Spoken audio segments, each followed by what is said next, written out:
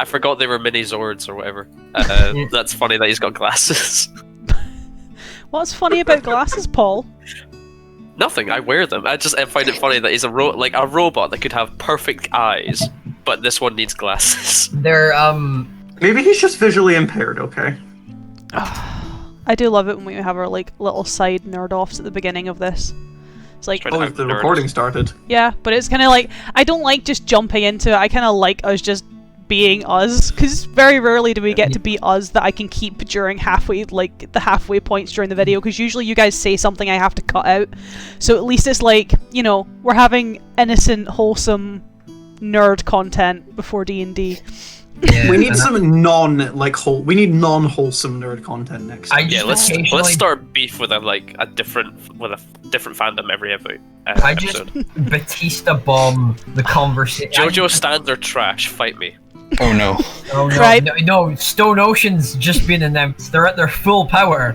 Stone Ocean is awful. Thank you very much. And this is going to be the worst season of JoJo we've had.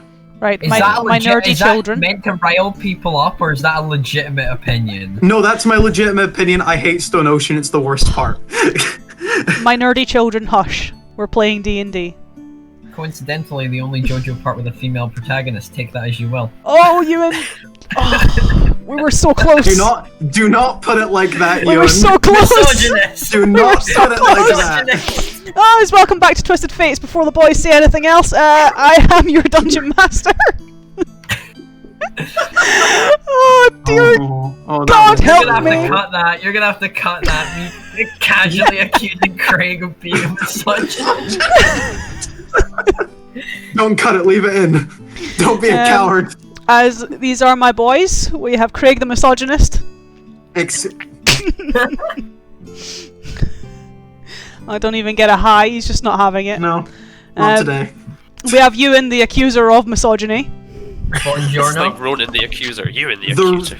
It's the real misogynist. Thank We you have very Matthew, who's likely disappointed. You guys are gonna get us cancelled. much.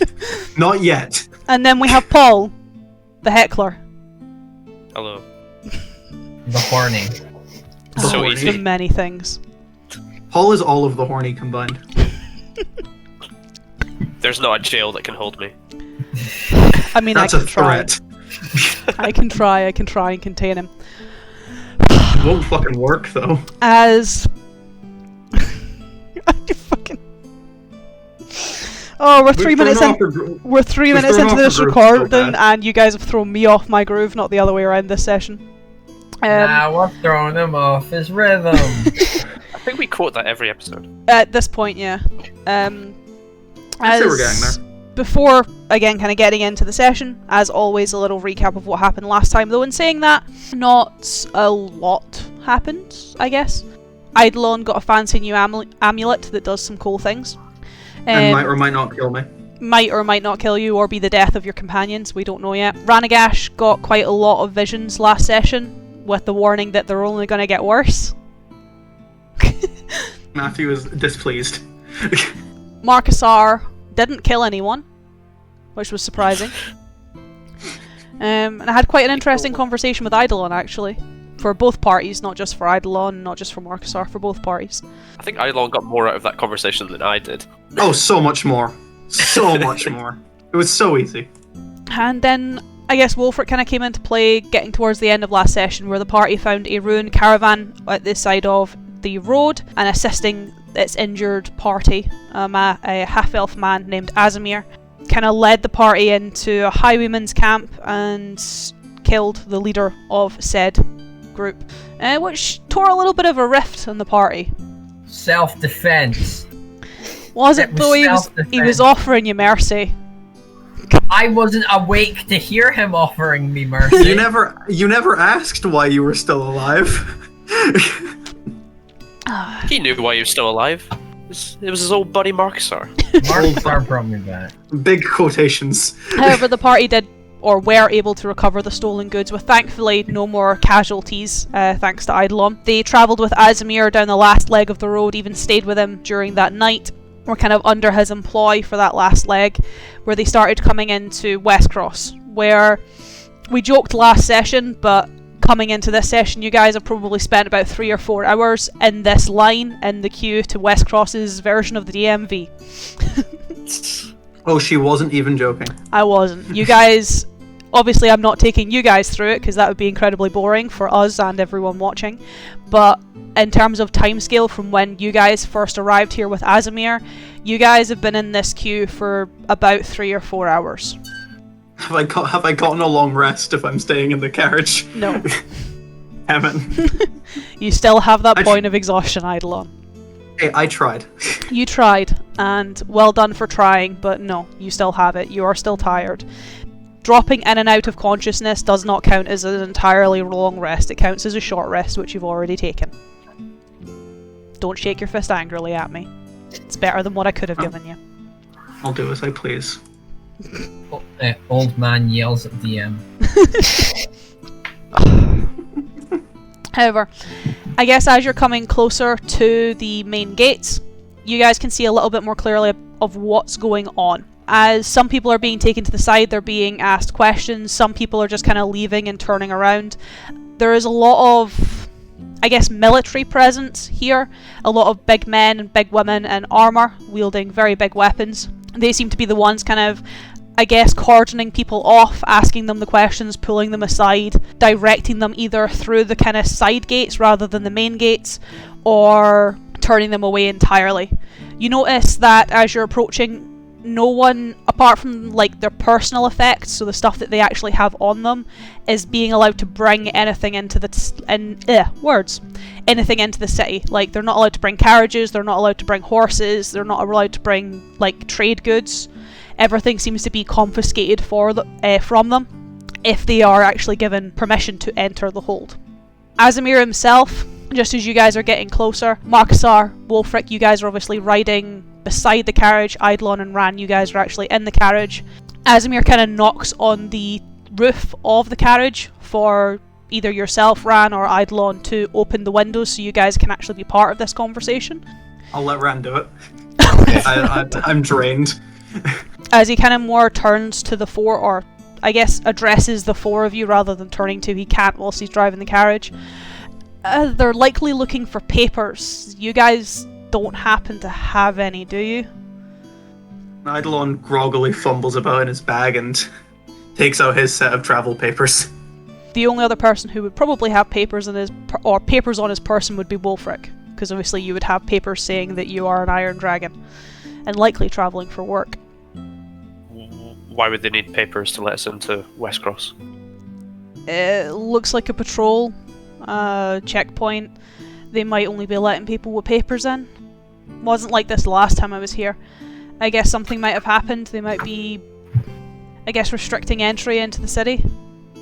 If you want, you guys can, I guess, share my papers. I have papers for myself and my company, and, well, they're not gonna need them.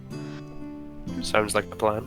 Yourself and Ranagash can be part of my merchant company. I will be able to vouch for you there, and Wolfric and Eidolon, if you don't have your own papers or whatever.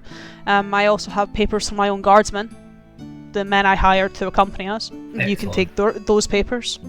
Eidolon groggily puts his own papers back and gives a nod of agreement. It will likely get us into the city, though by the looks of things, I'm not going to be able to get much trading done. I'm probably going to have to go in and instead give a round of apologies for not being able to bring goods into the city, and perhaps I'll be able to find out why this is going on. As I said, it definitely wasn't like this last time. I'm sure the people within Westcross will understand. If you can't bring in your goods, they will have seen the guard. Aye, most likely, but that's nearly 3 months of coin that I can't get this month. So, yeah, it's a big hit either way. And an explanation would be nice, and I know we're likely not going to get it at the gates. He kind of smirks. If you let me do the talking, I should be able to get you guys into the city, no issue. I'll give another nod out the window. Marcusar does the whole, like, mouth zip key thing. Turning back to Ranagash in that case. Are you just wanting to head straight to the Lord? Yeah, sounds like a plan. That's all I had to ask you. I mean, we got nothing else to do, really. Roughly, but at least we'll have time to restock. And we'll just call out vaguely out the side of the carriage. Yes. It's probably another hour. You are maybe only 30 feet from the main gates, 30 feet from the main courtyard, and it takes you an hour to get there. God, this is just like getting on a ferry. It's like getting on a ferry in like a car, and you're sat there, and you're like, you started a new game of Pokemon, and then you're at the first gym by the time you get on the fucking ferry. That's too real. That's too Oddly real. specific details. Why'd you call me back to my past? It's not fair. Me and Craig are psychically linked. I mean, I What grew up number am on I thinking of right now? What? What number am I thinking of right now? Do I get any gauge? It's a 2-digit number. 27. No. Damn it. It's 12. No, I grew up on an island, so I know exactly that feeling. That was every year. As when you do eventually get into the courtyard and you are eventually seen by one of these, I guess, soldiers, they approach Azimir, as obviously he, despite you all wearing different garb, at least for those outside of the carriage, he looks like the one in charge, he's the one driving it, and by all accounts it very much looks like a merchant's carriage. As they kind of walk up to surprisingly. I know, being a merchant, who would have guessed?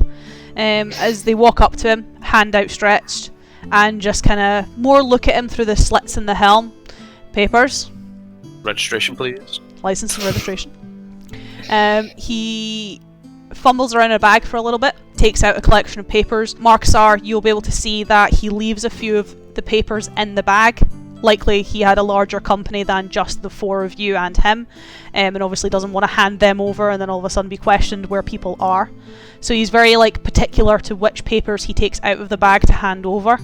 Though there is a very awkward silence, I guess, as the soldier shuffles through them, inspecting them. More looks at the two of you on horses, looks at Wolfric, kind of gives a nod, looks at Marksar, turns to Azimir.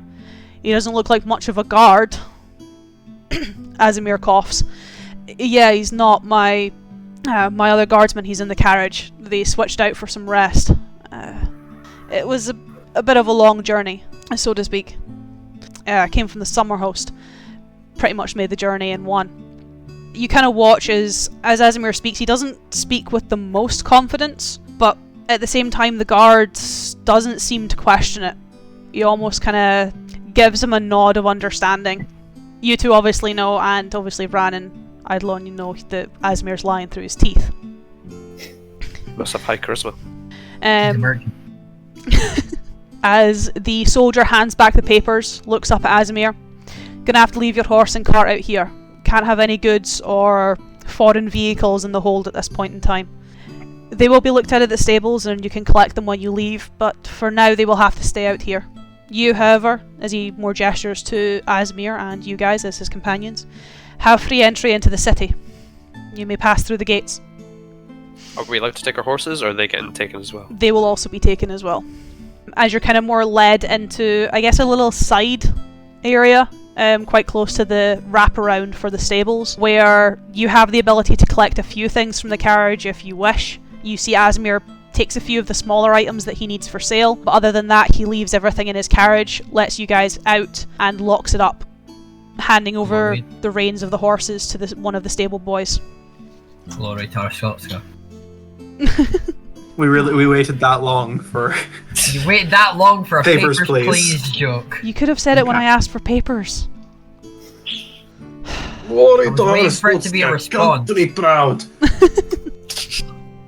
As you guys enter into Westcross, a city that is, I guess, very unusual, even for you, the few of you who are more familiar to civilization. The whole thing is encompassed in a set of stone walls, with stone palisades where you can see these armoured soldiers walking along. It must have been boxed in years ago, as the very narrow streets have been cobbled. There's very little greenery in this city, and there's very little light in this city, as from the stone walls and from towering buildings, it's quite claustrophobic, at least for Ranagash and Markasar, who are very much more used to open fields and forests.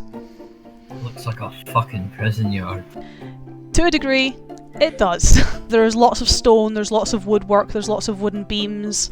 Everything is very close knit and close together, and the crowds even more so, as even the Citadel didn't feel like this. Just kind of that very cramped and enclosed space. As you kind of pass through the hold, kind of get into, I guess, a bit more of an open area, and kind of come into a plaza not too far from what looks like an inn. Asimir kind of stops the four of you. I hope you don't mind, but I'll part ways for now. I need to do the rounds and let everyone know their shipments aren't coming in.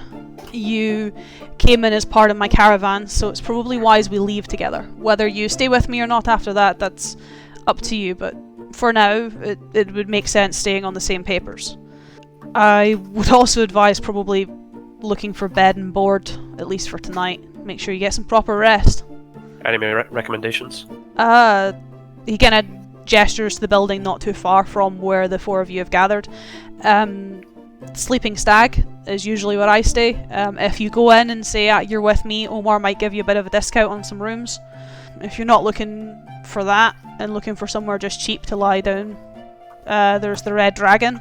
It's not the best in terms of quality, but it's certainly cheap. I think we've had enough games with dragons. Dragons no longer appeal to this party. We're just playing Dungeons 5e now. Dungeons. There's no dragons. Dungeons and... When will we fight the ant? But I will see you likely tonight if you're in the inn, and then if you wish to leave, I can leave as soon as possible.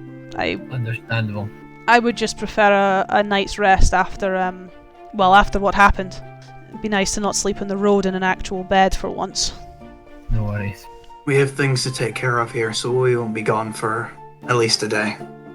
He kind of gives you a nod, gives the four of you a smile, and kind of disappears off into the crowds, leaving the four of you to your own devices. I just realised with the amount that we go to restaurants and our lack of interest in killing dragons, it's no longer Dungeons and Dragons. It's now Dungeons, Diners, Drive-ins, and Dives. Fair play to you. What business do we have here? Well, we got to speak to the Lord. It's a very short checklist we've got. There's only really one thing we need here, at least. Speak to the Lord. We do have the map, by the way, in case anybody sees anywhere they want to go.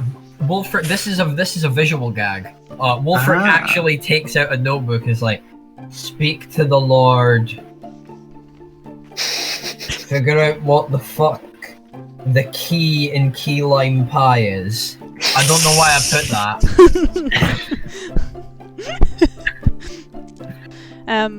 But yeah, Why'd you ask that? I'm looking at it now because I need to know what that is. Oh god damn it! It's called key lime pie. Why is it called that? It's just a lime pie. It's a kind of lime, a key lime. I was going to say it will likely be the species of lime that is traditionally used in a key lime pie. Oh boy, a different lime flavor. Oh boy, yo, they dropping new limes. New limes. God dropping new limes. As even though you guys actually have access to the map of Westcross, you guys won't really know what a lot of these things are to begin with. At least in character, you guys won't know, because obviously none of you have been here before. Wolfric will have likely been here at some point, but it'll have been very, very long ago. So the city itself will have changed before then. However, obviously you can then get the lowdown from locals, which is something I've never actually had to do in this this campaign yet. Is it pretty evident even from the entrance where the Lord's house is? Not really. That's kind of the thing. Is as you're looking around the hold itself, you can see, I guess, a crest or a hill kind of off in the northern portion of town. But the building that's kind of cresting over the top of that looks more like a church or a cathedral. You don't actually see anything that would stand out as like a lord's manor or like a lord's house. You can see off in the distance that there are like risen tower tops and palisades of another gate, so it might be over there, but you can't. It's not like when you're walking into Summerhost that you could see the longhouse sitting atop the hill, or when you're walking through Tenon, you could see the mayor's house and the mayor's hill just kind of poking out over the tops of the buildings, or even in the Citadel you could see the Dynast house towering over everything. Here, you don't really see anything like that. I'd more just gesture for Ranagash because this is where he needs to go. Mm-hmm. But it's more just lead on. Yeah. Investigate these palisades? That's the word you said. Does anyone have any better leads, or are we just gonna... I'd give a shrug and start walking off in the direction of the palisades. Big doors. Go to the big doors. As wandering through the town, wandering through Westcross itself, you guys get a feel for, I guess, quite a busy town. Everything seems to be alive, even like things that aren't shops or that are just houses. People are constantly moving in and out of. Everyone seems to be in everyone else's business. It seems to be quite a close-knit town, though, given the geography of the city itself, given the geography of the hold, that's not too unsurprising. There's not really a lot of room to hide anything in here. Everyone seems to be able to at least see everything, and therefore probably a lot of nosy neighbours exist within Westcross. You obviously saw the sleeping stag as you guys came in. As you're passing through the streets, you also catch sight of what looks like another inn of sorts. It definitely looks, I guess, a little bit in less standing than the sleeping stag, as you're walking past it, someone is currently being thrown out on his arse by what looks like a dancing girl. So, hey-o if you want to go and stay there the night. High quality. Wolfric loves one woman. Marksar loves one woman. She. He's not wrong. Actually, Ranagash would be the main victim for a place like that. And that's why we're not going. Oh, God damn it, I thought I pity. could get him. Ranagash just goes into a brothel, has a vision, just Oh, that opens up some interesting open-ended questions. God has abandoned this group. He God was abandoned never them with long this ago. group. God is with me. One of them God is. is the she. She's not a god, she's a cult. Psh. Blasphemy. As you get closer to these palisades, as you get closer to these gates, you do also pass what looks like a barracks, though it's not a traditional military barracks. Wolfric, you actually kind of more recognise this building from very on in your early years, visiting down this way when the city was still young, as this is the barracks for the Iron Dragons of the South, so this is their mercenary barracks, their kind of station here. They are not these the... fuckers. They are not the main military force within Westcross, but their military barracks is within the hold. The gates itself, however, are closed, as you've now come to expect. Despite the, I guess, close-knit nature of Westcross, they seem to be having a closed doors policy in comparison to an open doors policy. And there are a lot of these very heavily armoured guards patrolling it. Not dragons, these are perhaps the city's own watchmen, who obviously stop you upon your approach. What can I do for you, gentlemen? Ran, this is you. The palisades? Yep, you're just kind of outside the gates.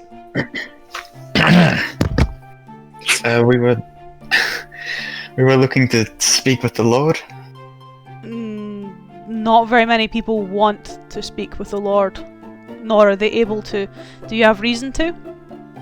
I believe correspondence was sent from Summerhost about certain information. He kind of looks between himself and another one of his guards. Name? Mine?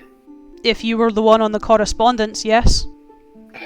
We assume so. Ranagash? He kind of gives a nod. If you would wait here. Alright. He leaves you with his friend. You see him head up a flight of stairs and towards more of a, I guess, watchtower style building that kind of spirals around the palisade. He is gone for quite some time. The other soldier doesn't seem to address you guys unless you want to address him. And if not, it leaves you in kind of an awkward standing in silence. Awkward silence is comfortable silence. Is it though? What if for it just stared at you in awkward silence, Craig? Well, for Eidolon, that's fine. Oh, I mean, it can't make any noise anyway, can it? I think we're used to the awkward silences at this point. It can creak. That's what my furret can do. But I don't think you can Why does actually it hear it. creak? Why does It has, so in order to be able to like essentially bend it so it can stand up, Ah. it has like a plastic pole with like notches running through its spine, so that when you bend it, it stays in place. But because it's plastic, you can hear the plastic creaking if I bend him too much. A fluffy toy should never creak. You sound so actually perturbed by this notion. Imagine a teddy bear was sitting on a shelf and its head turned and went. I mean, that's what you should be imagining, Paul. You're the film student. Ooh, I'm writing this. Hold on. Imagine if you woke up one day and you had no nipples and your dad was dead. No, I had an idea for a horror film. It was like guys playing hide and seek in a graveyard, and they can't find their friend, but they do find a gravestone with his name on it. It's like, oh shit. No one steal that. That's mine. I'm not a film writer. I'm an actual book writer. You know. Oh, are you saying film writers aren't real writers? I mean, it's just harder. Alright, I'm not a film writer. I'm an back actual to writer. D&D. Like, you Back have it to D&D. easier, you know. Your degree's so easy. I just want to watch make films. giant robot movies. As I just want to get paid. the gentleman himself, he kind of returns with, I guess, another gentleman, though this one's definitely not a soldier. He looks more like a steward or like a serving man. Much more plain garb, though, again, still quite noble. He's not just like a normal secretary type. He is probably someone that the Lord trusts, or at least is in the Lord's employ. As he kind of comes down the stairs, he kind of gives you all a bow, quite a short bow. Ranagash, and which one of you is Eidolon? If I'm pointed to, I look over and give a nod. David sent correspondence. If you are not otherwise preoccupied, he would be happy to speak with you. Yes, it's fine. I'm essentially serving as Ranagash's bodyguard here, so I don't have much to say. If you would follow me, gentlemen. We don't tend to open the gates, but I can take you over the palisades. Alright, let's go. Mm-hmm. Do we just stay here? Or are we... Coming with, I think. He kind of turns around and looks at the two of you. The correspondence was just for Ranagash and a man named Eidolon. Is that what it says? Does it say Eidolon, or does it say a man named Eidolon? Is this like the artist formerly known as Prince situation?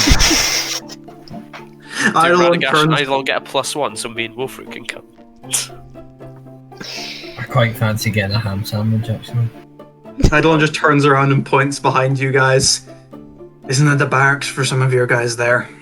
Right, let's go. Right, Mark, Sarah, we're gonna go bother the shithead versions, the shithead little brothers in my organisation to see if they've seen any of my group. I hope they're not as dangerous as you. Oh, no way in hell. We're splitting the party. We haven't done this in a while. No. Last time we split it was when we were about to split you. Yeah. And it's not even in a bad way. It's just the Marcus and Wolfric aren't on the guest list. Essentially, yeah. Oh, there's even a mask shop here. We could have gone to a masquerade ball. You can't sit with us. We're friends with Ranagash, actually, so maybe you can look at your list again. Maybe you can just inspect that list. You might find us down at the bottom. You know who I am. Consult the meme Matthew sent just a tiny bit ago, where it was just like, "Are you guys friends?" Yes. No. Remake that now. As the party kind of splits up for a little bit. Not too far though, as obviously Wolfric and Mark Starl head towards the barracks of the Southern Iron Dragons, and Ran and Eidolon get to go and see the Lord, where the two of you. I will be keeping majorly silent during this, as this is Ranagash duty. Eidolon's tired, and I have something to ask him, but I'll save it till he's done. You're still waiting for that. No, this is something new now that we're in a town. Oh, a different thing. We passed by a forge, so I have something I want to do. As the two of you are kind of led over the palisades and led into essentially West Cross Keep. This is probably the original part of the settlement. The original buildings that people probably would have stayed in have been turned into more militia-style barracks. There is quite a heavy military presence in here, a lot of these armoured soldiers. And you, of course, can see the Lord's Manor, which seems to be comprised of quite a lot of old buildings. Most likely an old inn, some old houses, and obviously the old stables that would have been housed within the keep. It has all been refurbished to the point that it is quite luxurious. You know, the space here is not very cramped, and even walking through the city, this is probably one of the first times you've seen greenery outside of the cathedral. You are led into the building by the kind of, I guess, more scrawny looking gentleman, and you are led through several, I guess, twisting corridors that seem to almost fit irregularly within the building. Again, it's very almost refurbished and repurposed rather than built up from scratch. As you're kind of taken into more of a drawing area, more of a drawing room. As Ranagash, can you give me a perception check? I can try. Do I already see whatever this Yes. is? Mr. Eagle Eyes. I will have bigger eyes soon. Oh, Hey, apparently Ran has pretty big eyes too. For big once. anime eyes. No, we're not. No. We're not getting into robots now.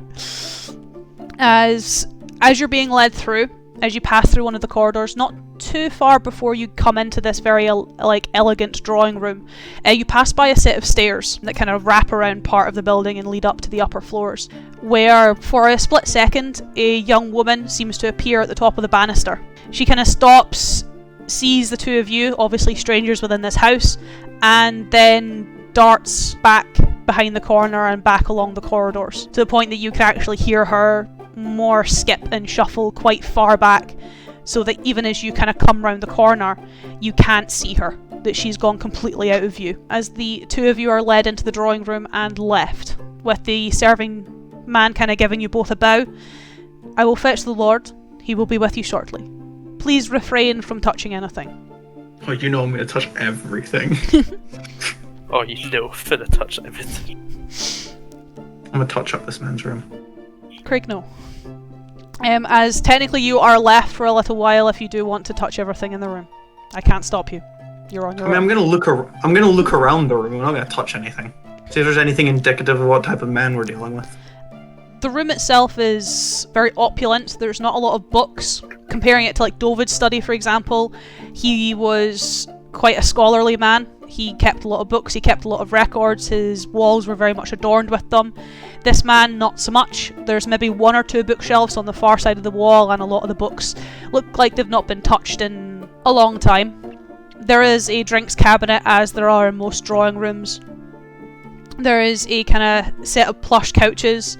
There is a desk that he likely doesn't use very often. Again, it kind of gathers a thin layer of dust.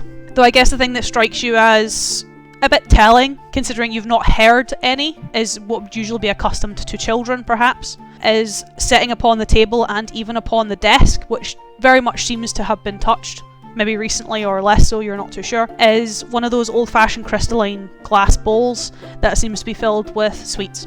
I mean, that might just explain what we just saw running away from us, but that's sort of the best explanation. She was very much a young woman, not a young girl.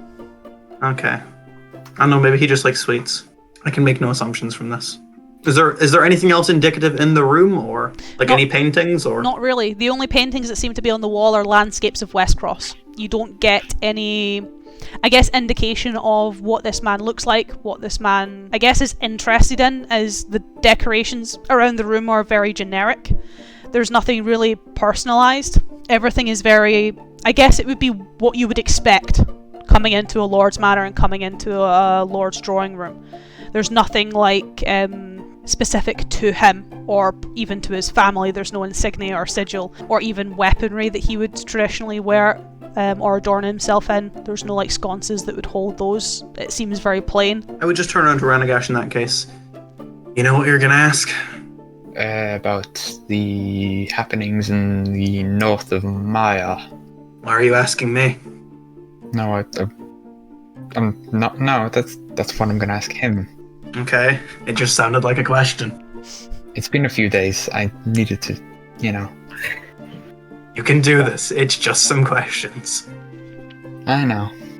There's a low chance that this man will want to kill you.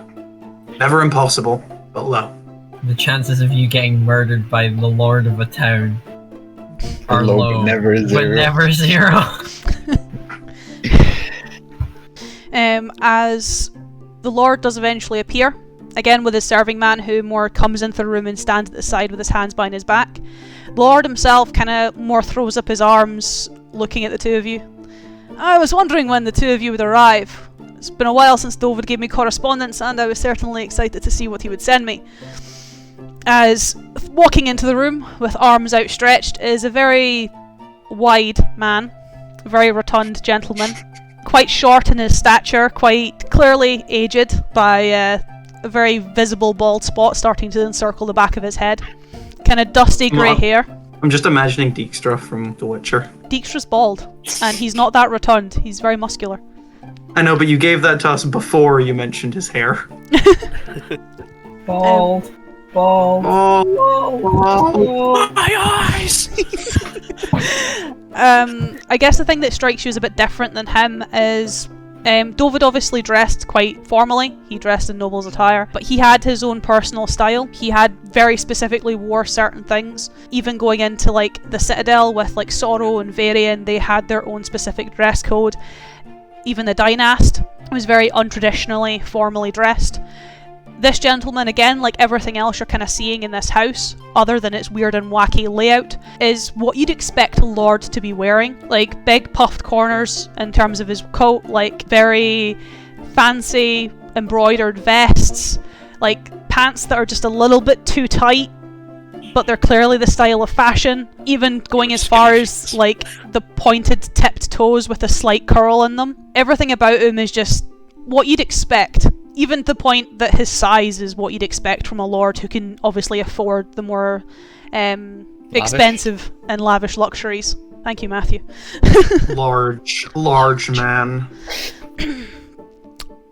So I'm guessing from the letter, points to Ran, you're Ranagash, and you must be Eidolon then. I'd give a curt nod.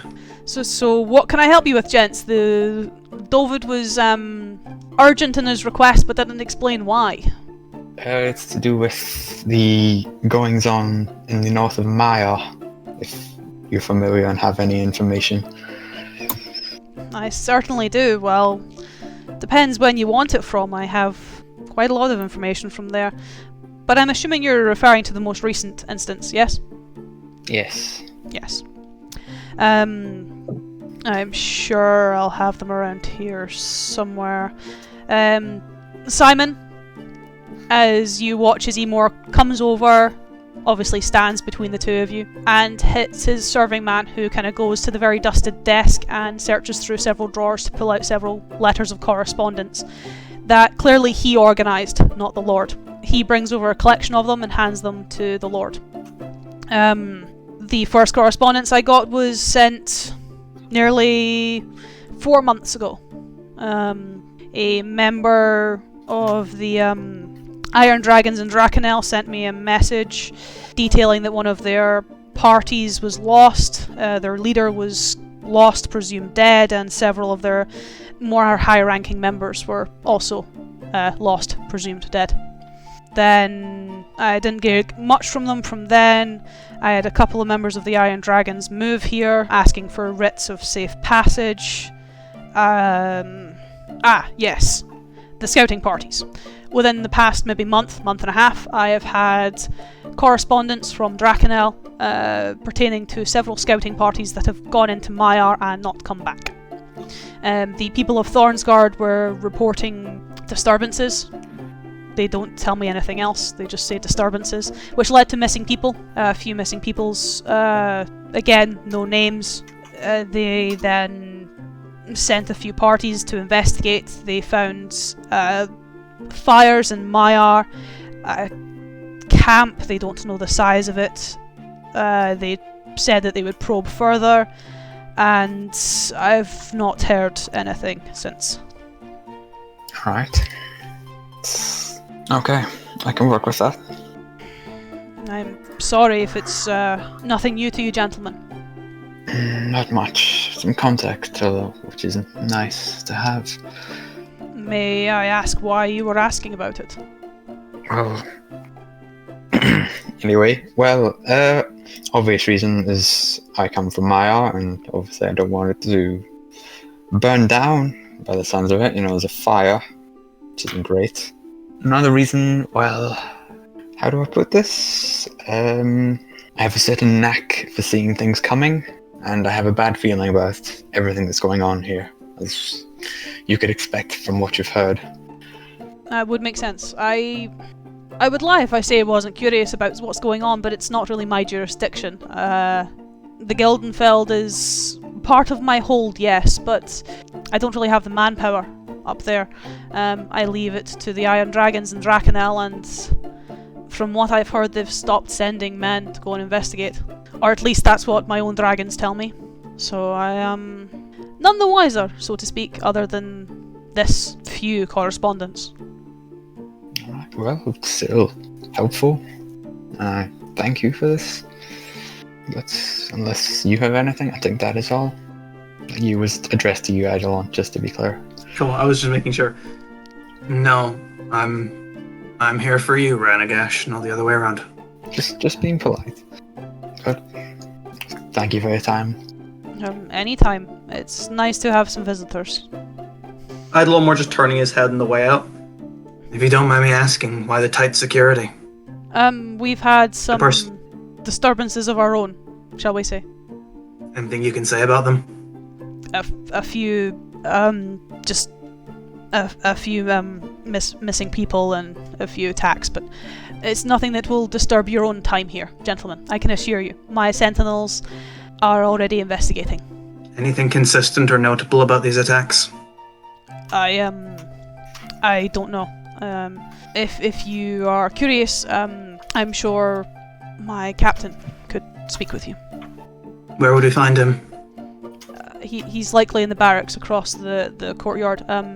I can get Simon to show you the way if you wish, gentlemen. I'd give a nod to Ranagash. Sure. Are we shown out of the room? Yep. In the I guess I'd turn to... in the company I of guess this I'd- gentleman called Simon. I guess I'd turn to Ranagash as we're walking through the halls.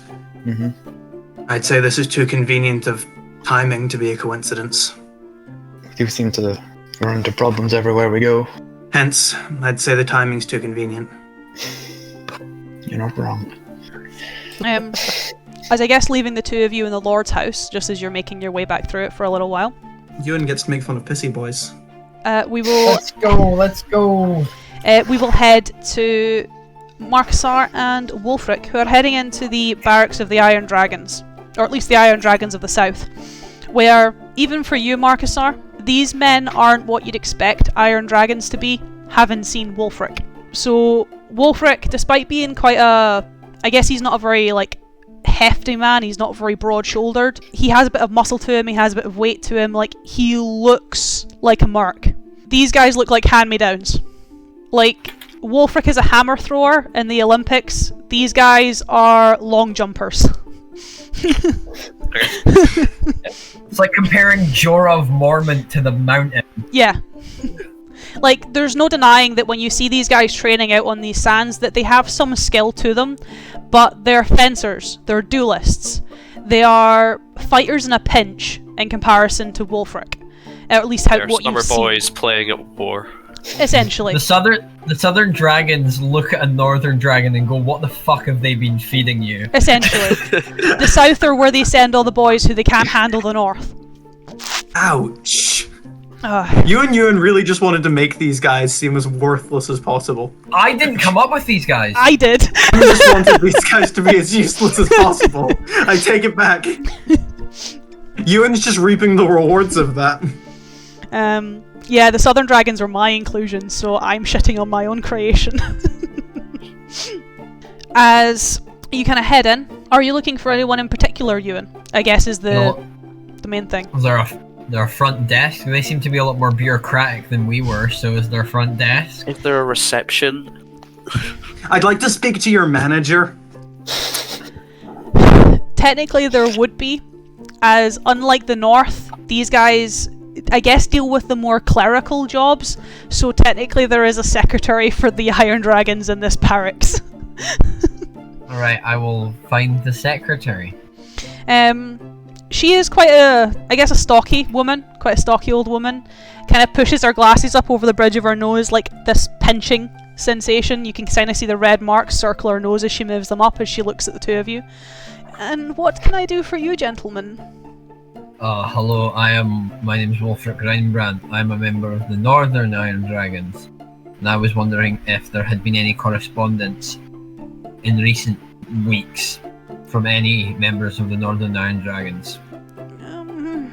Not that I have seen, but if you give me a moment, I can go and find Peter. He might be able to help you, at least. All right. If it's Thank more you very personal correspondence, he should have it.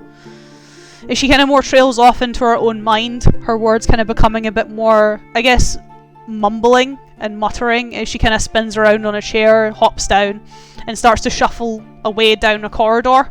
As the two of you are kind of left at the front desk. These iron dragons aren't much to look at. Oh yeah, they're the Southern Dragons. I kind of figured you were all the same. No, All iron dragons look the same to me. distinct. It's the distinct branch. It's the being raised in a more temperate climate of. Well, these are mercenaries who live primarily in a walled city, compared to the Iron Dragons of the North, who were basically on the road most of the year. More battle hardened, I suppose. Yeah, you're More more weathered. likely to find a Northern Iron Dragon missing an eye than you are to find a Southern Dragon with a significant battle scar. Ewan's just eating into M's hatred of these guys. Let the hate flow through you. As the two of you are standing there kind of having this conversation, you hear, at least for yourself, Wolfric, a very familiar voice. Someone that you wouldn't have spent a lot of time with in the North, but you will have definitely known. Quite a gruff voice, kind of calling, and it's like, Reinbrand? And who do I turn and see? This is a gentleman that you will have seen mostly in the accompaniment of Otto, at least in your early years training. He is very battle-hardened, very older Northsman. He actually hails from Holtzalt as well, knew your father. Kind of gruff grey hair that is now very much whitened rather than black. Big scar running down the side of his face from an old war wound. You know that he fell on his weapon and fucked his face. As he kind of obviously adorned in southern garb, but you know him to have come here after he retired to train these southern whelps as Wolfgang Mueller.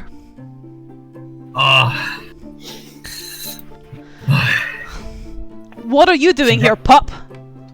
I'm on a bit of a journey. I've been looking. The rest of them have all up and disappeared. Seems like I'm the only one left. The original cut from up in Holtzall. I mean, other than the original trainees, Felix is down here as well. I don't know if you remember him. We lad always did that thing with where he'd only shave the sides and not the back. Aye. I mean, he's not very wee anymore, but aye, that's him. Does he still do that? I mean, it's hard to convince him to shave off the back. He does. We need. Is that's just a him haircut? I've never seen that anywhere else. I mean, I've seen weirder, but yeah, it's something. I imagine being in West Cross, yeah. But I'll be honest, I thought you were dead. I thought I was too, until I woke up at the bottom of a ravine. I'll be honest with you, we got the news that you were all dead. Not heard fra like Lambert or Wilhelm. Lambert, aye. Though he's a smithy, you know. Wilhelm, Yeah. we've not heard anything from. Otto, nothing. Did you know Hrafen joined? Wee whelp from Scar up his lip. Aye. When did he join? Because he must have joined when the recruit wagon went round, after I had already joined. Because I heard absolutely nothing about him joining. I've not heard anything either. Honestly, you think you know a man since you could barely walk, and you think he'd write you more letters? Can you blame him? I thought you were dead. What does he think? Probably joined to try and find you. have they didn't send a letter to my parents, did they? They don't think I'm dead, do they? Does everyone think I'm dead? Well, we didn't send a letter saying you were dead, if that makes you feel any better.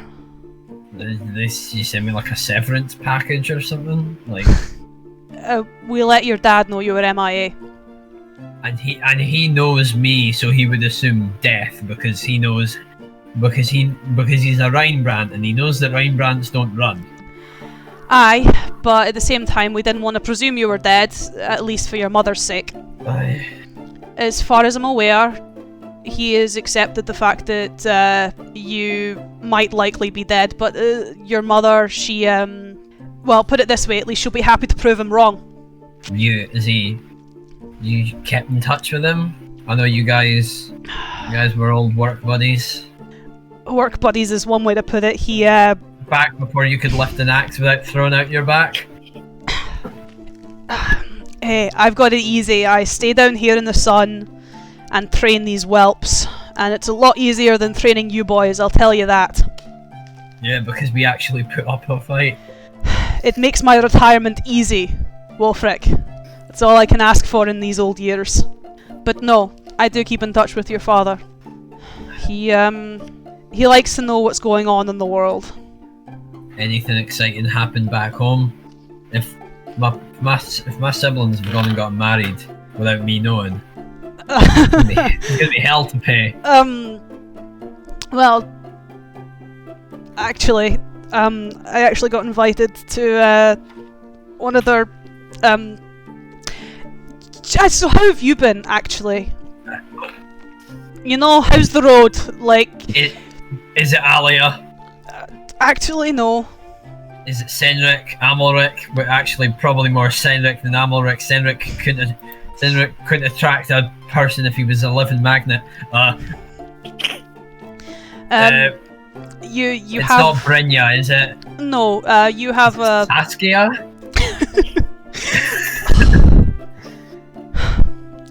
You going to let me finish? I've got a lot of siblings. I can keep going. That is true. You do. I don't know how, to be fair, he could have that many children, but hey. You're no. just looking at his backstory, worried right now, just like, oh shit, who got married? What do I do? What do I do? It's the do I have twins. to They beat are up? actually both getting married. They both found people who are willing to tolerate them. I sure hope they don't do the weird thing. I sure hope that they don't do the position switch thing that they used to do. Ugh. I mean, that might be why they found someone who can take them both.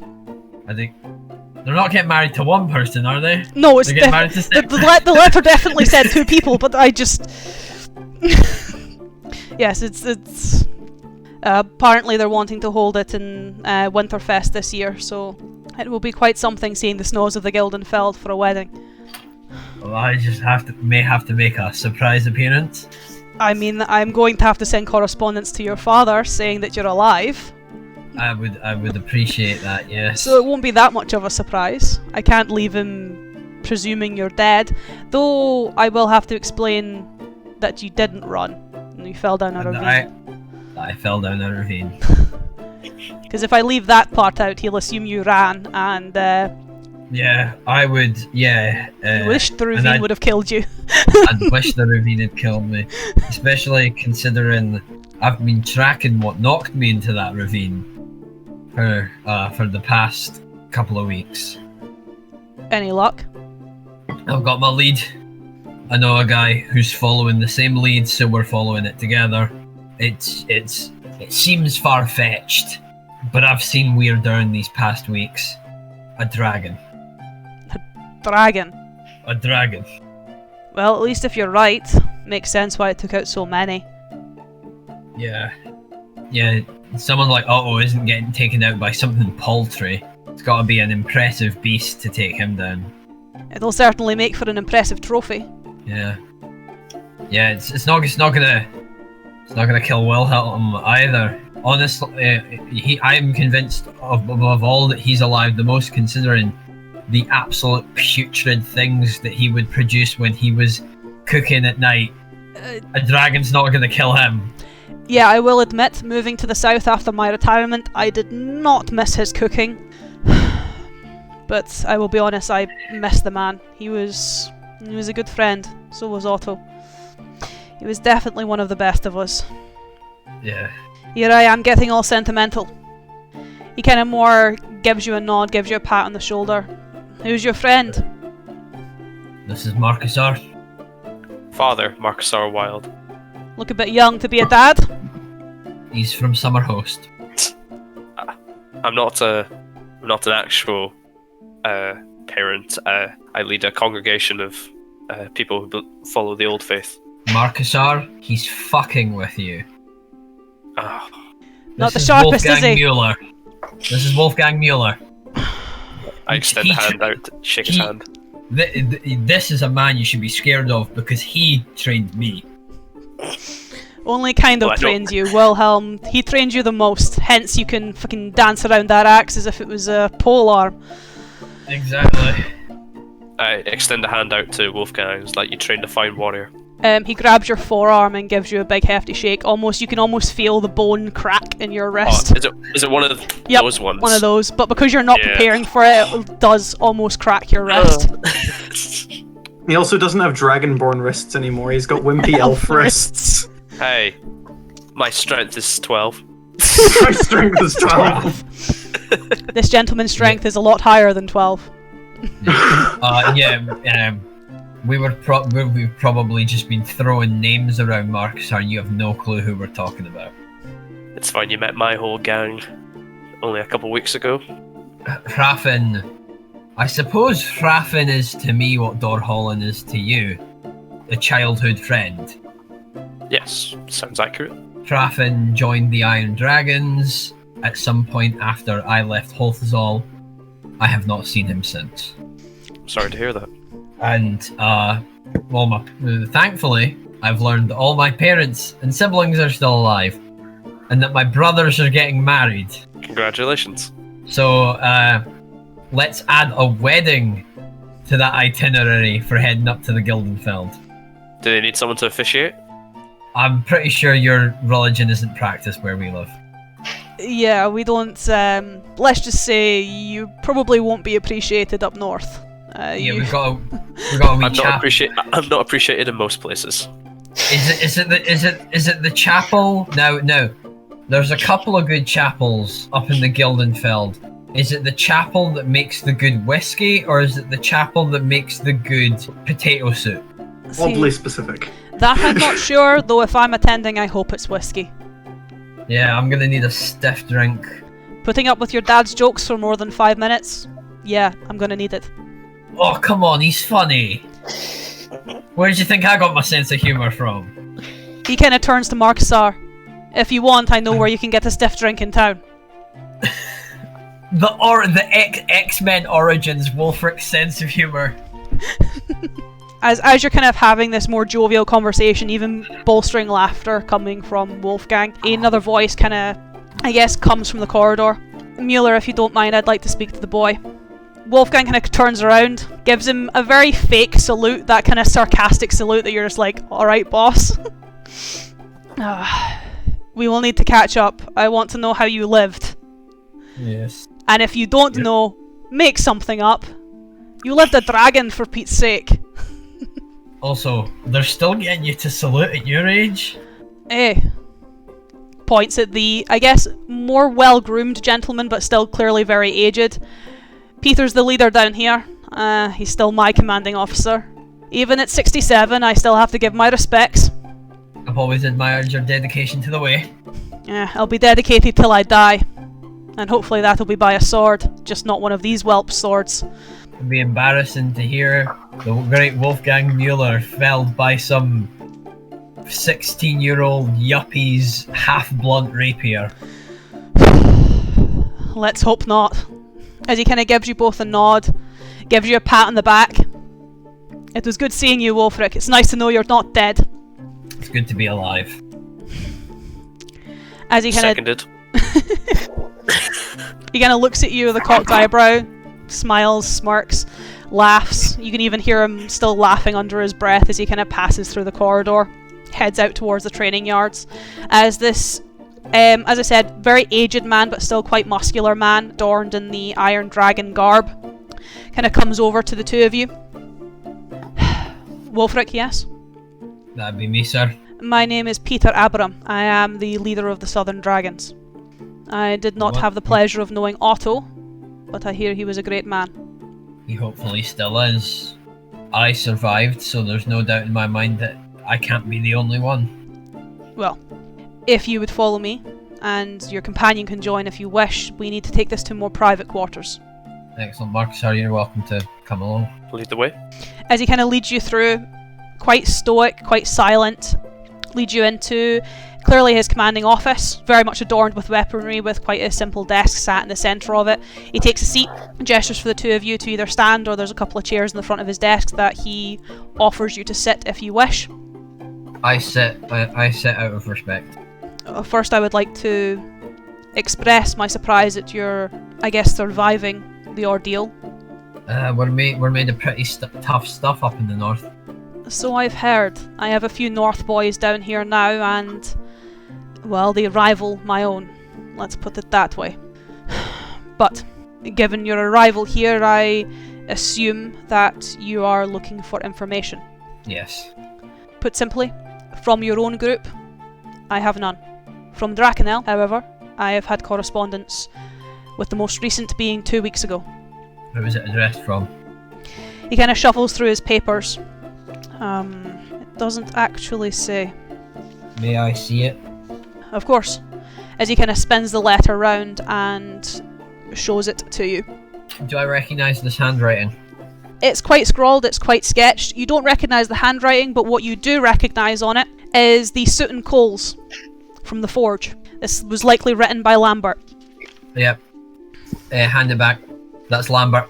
Ah, well, it looks like after the incident, he's likely taken over Drakenel, as most of the correspondence is in this hand. Yeah. You can tell because, like, you see how it's scrawled? Lambert can't properly balance a piece of paper because half of his hand's missing. So so he just like freehands the piece of paper, and so it ends up all over the place. From what I hear, it does not impede his ability to make weaponry, however. No, finest smith I've ever seen. He just attaches big metal thing to his hand. I would argue ours is better. I don't know. Dr. Claw's quite an impressive smith. Well, perhaps facts can then rival him, but I guess to more sour topics. His most recent letter was issuing me with his decision to call off his own search parties. Apparently the numbers in Drakenel are running thin, and he can't afford to send any more men into Mire. He's stubborn, but he's not stupid.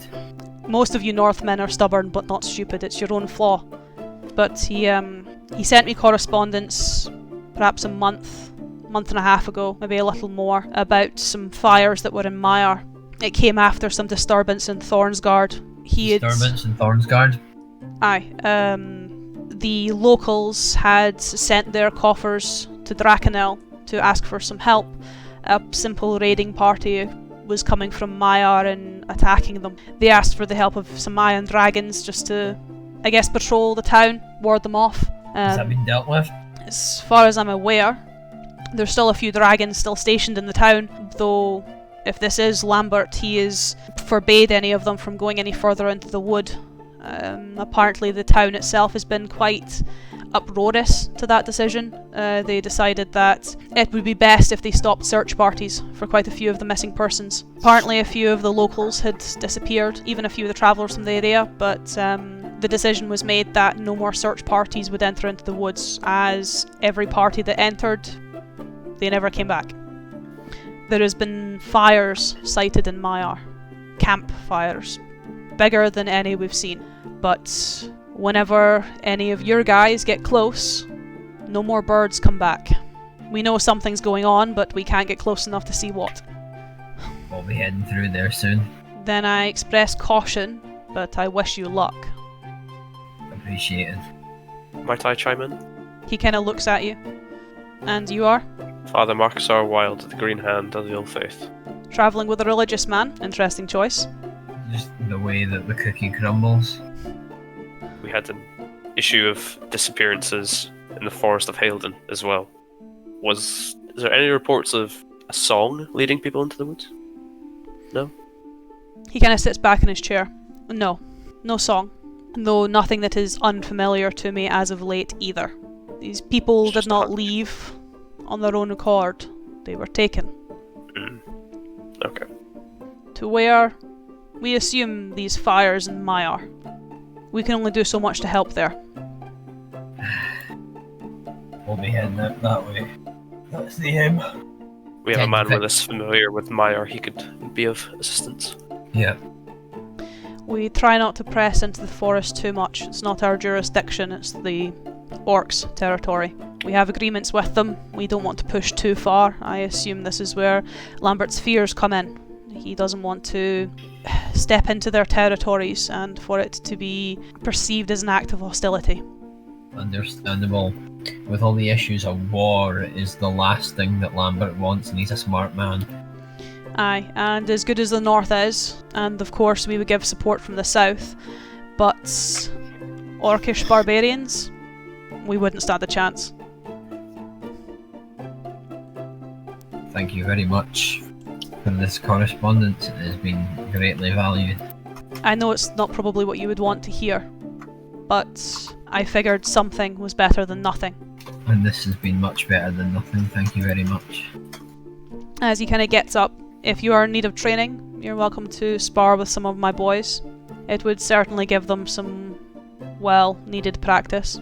But if there's anything else you need whilst you're in West Cross, do not hesitate. Thank you very much. As he lets you leave the barracks. Get up and leave. I follow Wolfric. As we jump back into the keep. Hello. With Simon leading Marksar?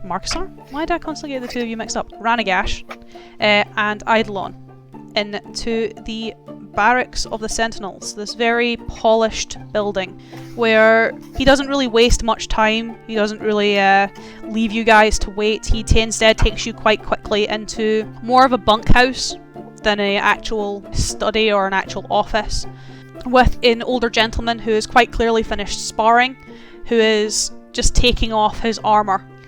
You can see him unbuckling parts of it and setting it upon a bed. As he kind of brings the two of you into the room, Simon gives the gentleman a bow and introduces the two of you. This is Eidolon and Ranagash, guests of the Lord wishing to speak to you, Commander Robinette. As he kind of looks up, waves a hand at the serving man. Thank you, Simon. You don't have to wait around. I'm sure these fine gentlemen know the way back out when they need to. As the servant gives a bow, gives a nod, and you can see Simon kind of turn a corner and head back through the barracks. As the old man kind of goes back to doffing his armour. What can I do for you, gentlemen? Assuming you'd be the captain then. I am. We heard from the Lord that there's been attacks and disappearances in the town. What can you tell us about those? There has been attacks and disappearances in the town. You are now up to date with what I know. Any consistencies between the attacks, locations, times? At night, usually via open window. Though it doesn't matter if the window is closed beforehand as it is open afterwards. Anyone lived, or maybe lived isn't the right word, persisted after the attacks that you've been able to talk to? No. There have been several attacks. Everyone who was attacked has disappeared. And the two, I guess, that perhaps persisted, there was apparently a supposed attack in the Sleeping Stag Inn and as well the Red Dragon, but other than that, very little. If you're looking for a connecting point to everyone who's been taken, however, we have found a brand marked upon several buildings where missing persons have occurred. Other than that, we don't know how the brand gets there. We don't know what the brand is of. We don't know what's taking them. We don't know how they're being taken. We don't know how they're being targeted. And the locals are already spreading rumours. What does the brand look like? You happen to have parchment on you, gentlemen? Do we? That's Yeah. the question, I believe. You would have scraps. Yeah, I guess I'd take out some scraps then if I have them and lay them out on the table. He kind of takes one of them. Moore takes a I guess, finger to his heel, as he doesn't really have any proper writing implements, and scribbles a mark against the paper that doesn't look very familiar to either of you. What does it look like, though, so we actually know what we're looking for if we see it? This is when I need to try and describe. It is essentially a ring, so a circle, that seems to almost have a V scored through it, but the second branch of the V is almost cut short and loops back round through the circle. Some weird anti-hero Zorro motherfucker. Zora doesn't have a circle around him though, he just goes da-da-da. Yeah, but that would be a lot more difficult to do with a V. That is true.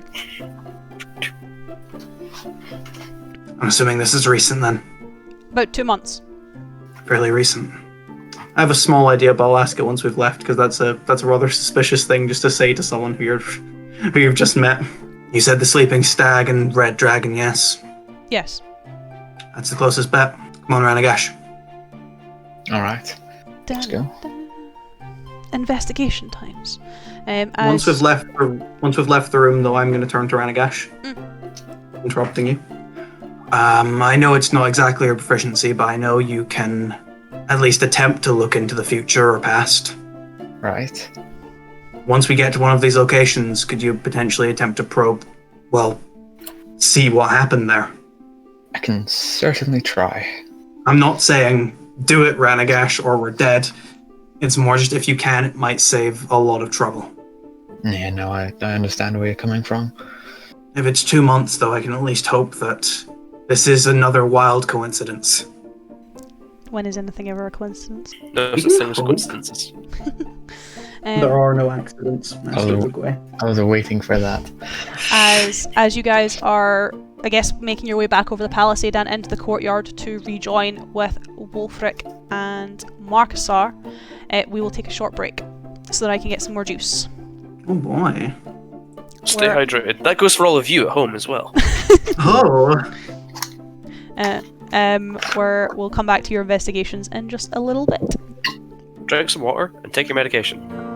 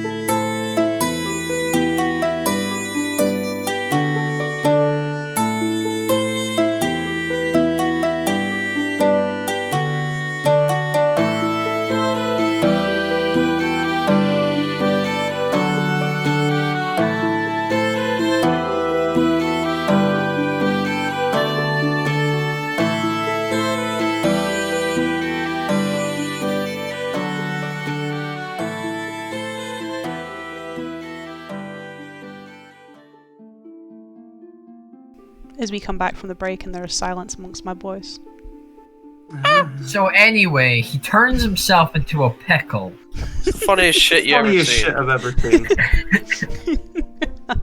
There's a Pickle Rick skin for Smoke in Rainbow Six Siege now.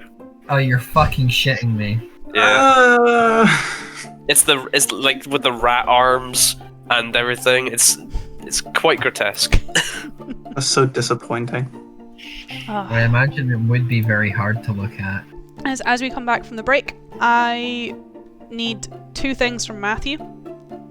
Oh no. Oh no. I need a I'm in D12 danger. roll, Oh no. and then I need a Constitution saving throw with disadvantage. Oh D12 no. is very new. Oh no. I'm in danger. The Constitution saving throw isn't even for a vision. He's just about to shit himself. Just like develops the severe shits. He didn't like talking to people, so now he just has to. Craig, can I get a dex save with advantage from you? Excuse me? To dodge the shit.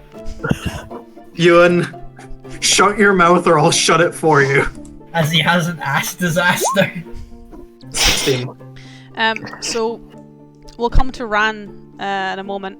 However, Craig, as you are walking with Ranagash as Eidolon, you're walking with him across the palisade and starting to come down the stairs on the other side of the gates to meet Marcusar and Wolfric. You two are kind of standing at the bottom, obviously waiting for the boys to reappear. You guys will be able to see this.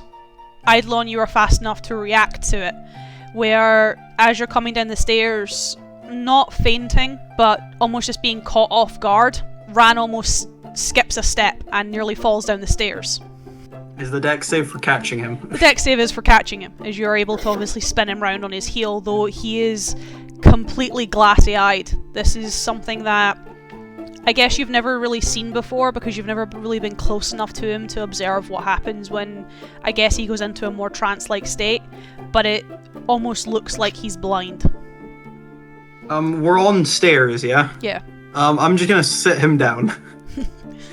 Sit Ran. Is the best way to put it. I'm gonna make him sit, probably have his back up against the wall so that he's in the most comfortable position he can be. As obviously Ranagash, you are completely unaware of this, for you are aware of something else. This is the thing I talked to you about earlier. Matthew looks so scared. I talked to him earlier about something that I was wanting to do with Ranagash and wanting to do with some of his visions. And in doing so, and in true fashion, Craig, you're also getting involved. Excuse me? Audience participation. Oh. Well, I don't want to be you, I don't want to put words in your mouth. So. Oh, am I playing me? You are, but not as you.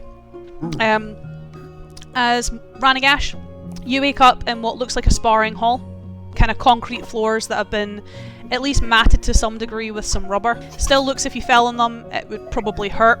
You're kind of standing a bit dazed. Quite a heavy sword in hand, but a hand and a half, though you yourself are quite, I would say quite short, but you're still probably about 5'6", so quite tall, but hefty sword nonetheless.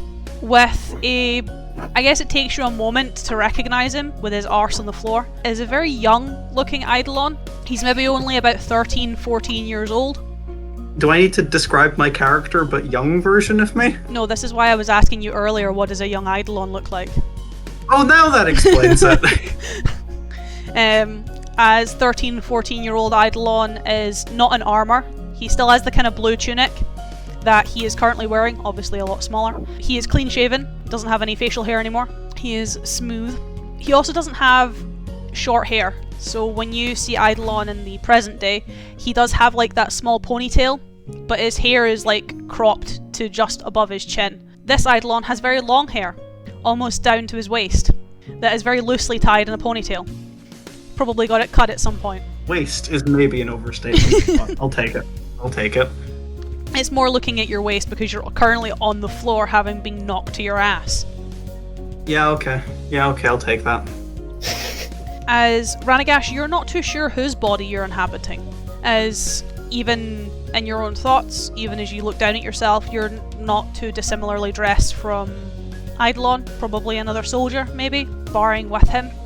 However, from Craig's perspective, this would be your best friend, Craig. Oh, this is fun. Okay.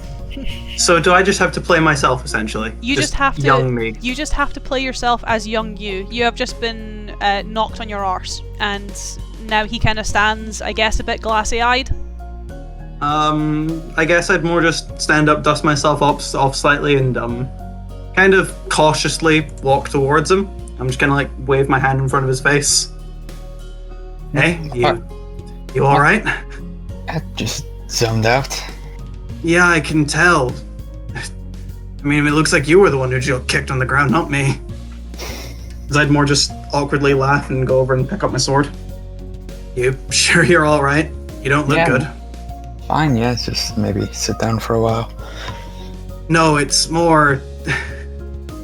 You're being really passive right now. I was expecting, I don't know. I mean, you beat me after a month. I was expecting a little bit more boasting. You sure you don't need a trip to the infirmary, dude? Well, now that you mention it, maybe not a bad shout. I don't know. Don't know what's going on. What do you mean? We're sparring. It's part, you know. I can... Are you asking for another round? If you want. If you want to reclaim this lost honor of yours. Do you want to say it that? You're using way longer words than I expect from you, dude. You must have got hit on the head harder than I thought. And I didn't even hit you on the head. Well, things happen. As I take my sword back into a readied stance. Right, then I guess I'll... It's gonna be very funny to see how does Ran think a sword works. Oh yeah, because this is Rand's muscle memory. Yeah, so Yeah. Ran, as you obviously pick up the weapon, you ready it, you are used to, I guess, automatic pilot in visions. Mm-hmm. It's already strange, like, you are obviously speaking as you, but as you're speaking, your vocal cords are coming out with, I guess, a bit more of a gruffer voice than your own, not as obviously fluent or as well spoken as yourself. It sounds kind of weird with your own tones, but as strange as that is, at least you would expect the body to be on automatic pilot to know what to do, as this is definitely not you, this is definitely someone else, and the moment you take the grip of the sword, you have no clue how to hold a sword. Yeah. As the closest thing you would have would be holding this like a hand axe, or a hunting axe. Yeah, that ain't gonna fly. That's not how you hold a long sword. Yeah. As even trying to mimic Eidolon's posture, it doesn't really work. And obviously for Eidolon, you, I guess, would notice his peculiarities in this. You're sure about this? Yeah, sure. I take a step forward and take a slash then. Just give me a flat d20 roll. Definitely still training then. Nope, that's a 120. that's a 19. Ranagash, give me a flat d20 roll. Yeah. Well, actually, give me 2, and then we'll take the lowest. So disadvantage. Yeah. He has disadvantage on a flat roll. Oh! Damn shame. Oh, 10 and a nat 20. You hate to see it happen. As you attempt to block, you attempt to, I guess, parry. You attempt to parry in a way that, again, you would be having an axe head, not a sword blade. The sword slides straight down and, well, Eidolon's training blade ends up leaving quite a nasty gash on the back of your hand, since you're not holding the hilt properly either. To the point that you can feel this pain. You can feel the gash now on the back of your hand. Eidolon noticing that would just more slight surprise, because you're not supposed to draw blood during training. He just fucked up that badly. As he'd more just wide-eyed run over to his own supplies, probably at the side of the ring, and start just taking out some basic first aid stuff. Before I guess running over and just like essentially just outstretching a hand, just like, hey. I'm not gonna refuse this. If I'm bleeding. As I'd more just start bandaging up the wound. Dude, you know, if you're not alright, you can say. We're here to listen. Yeah, I know. Shock of winning just getting to your head that much? Yeah, it must have. Are you sure you didn't hit me on the head? Nah. Yeah, the closest thing you got was smacking me on the shoulder. Why do you think I ended up on the ground? Come on, you want to see? Yeah, sure.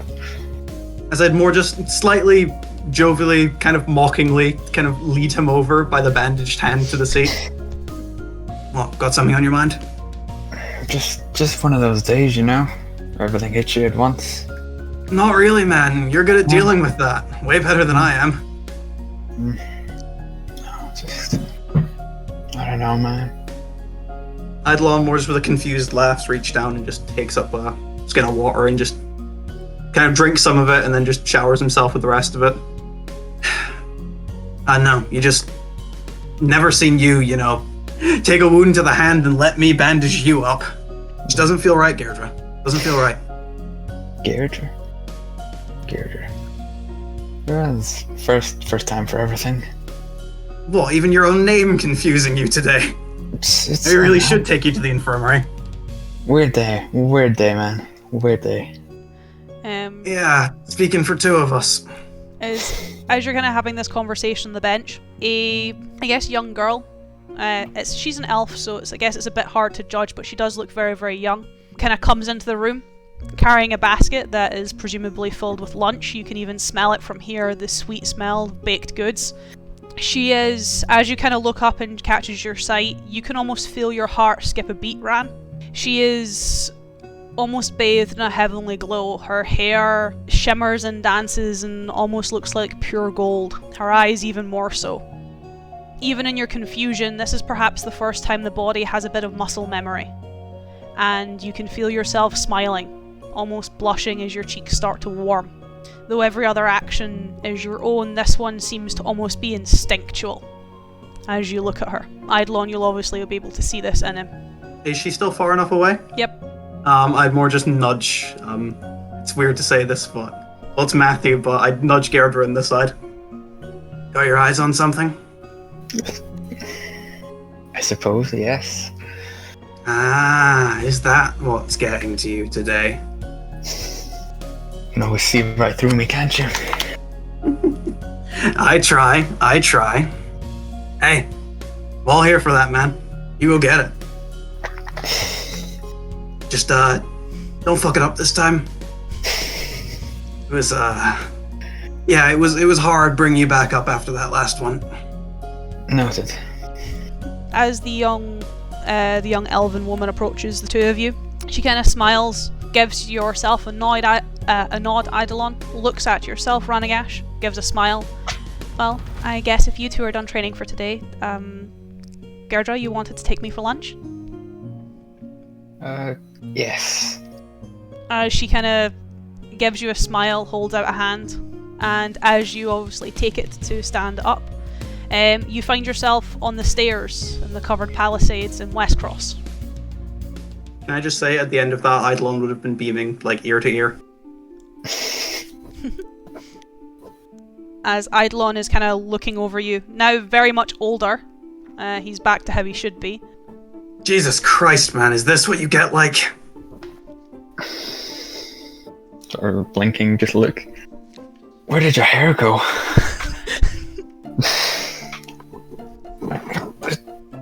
Am I, as I just stand up from him, supposed to take offense to that?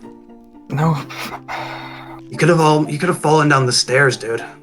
No, that was a colloquialism from playing as a younger version of me. Dude is not right for older Eidolon. That's not in character. It's not You could have fallen down the stairs. Jeez. You know what I'm like. No, not really.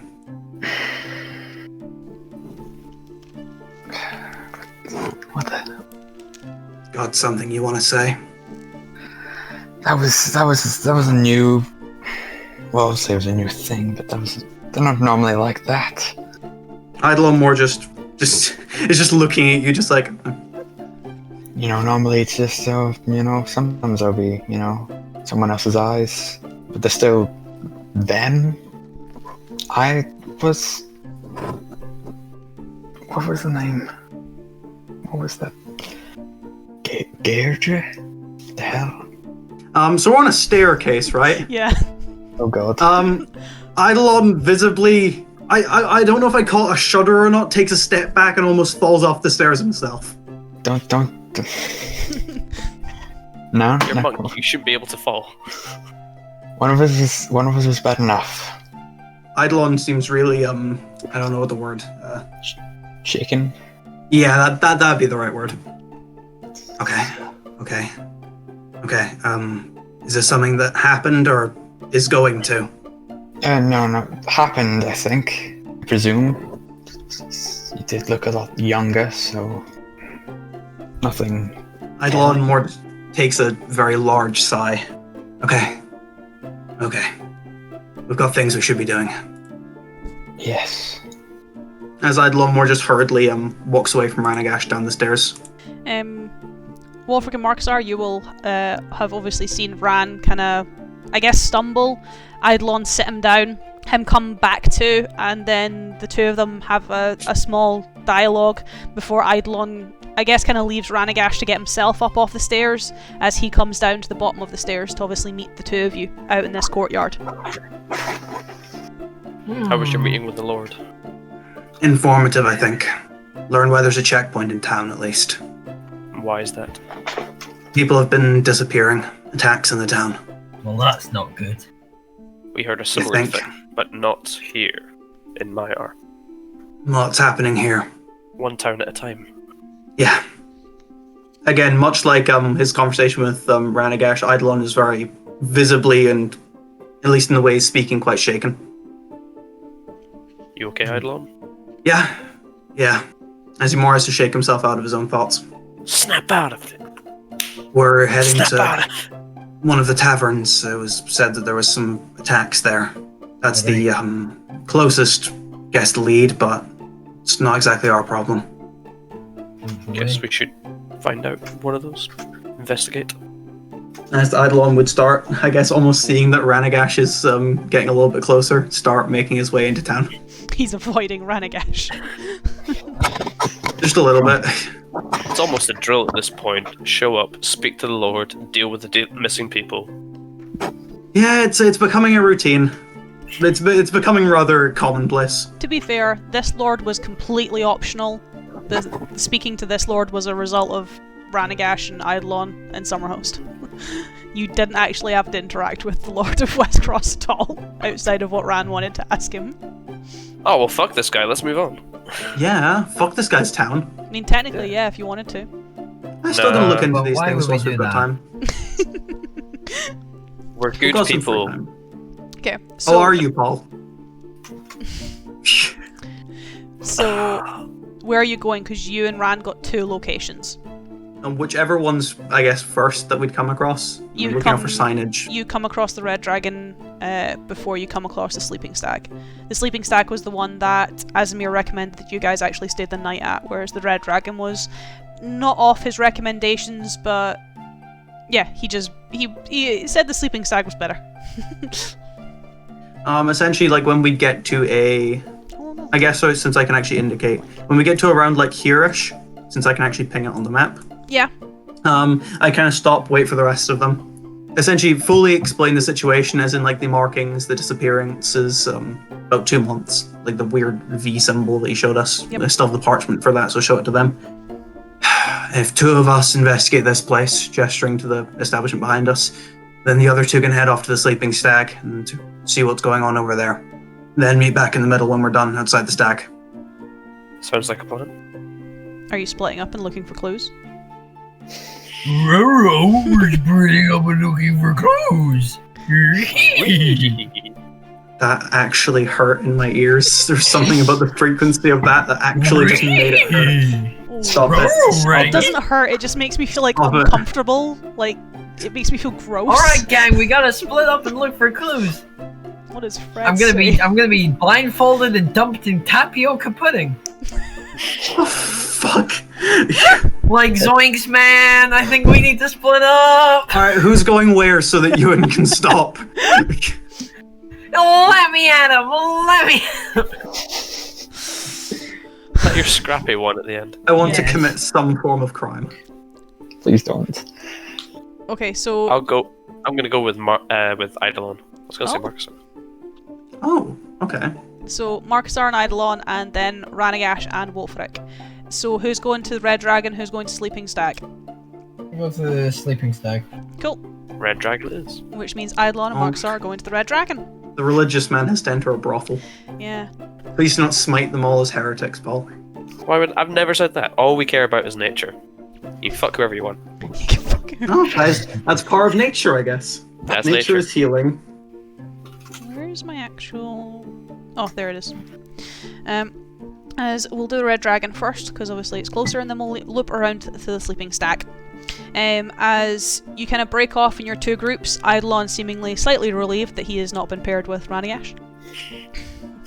As the two of you head into the Red Dragon, as yet another patron is being kicked out of the tavern. When you go in, I guess from what Azimir said, and I guess from the vibes you got from the outside of the building, the inside's actually a lot nicer than you expected it to be.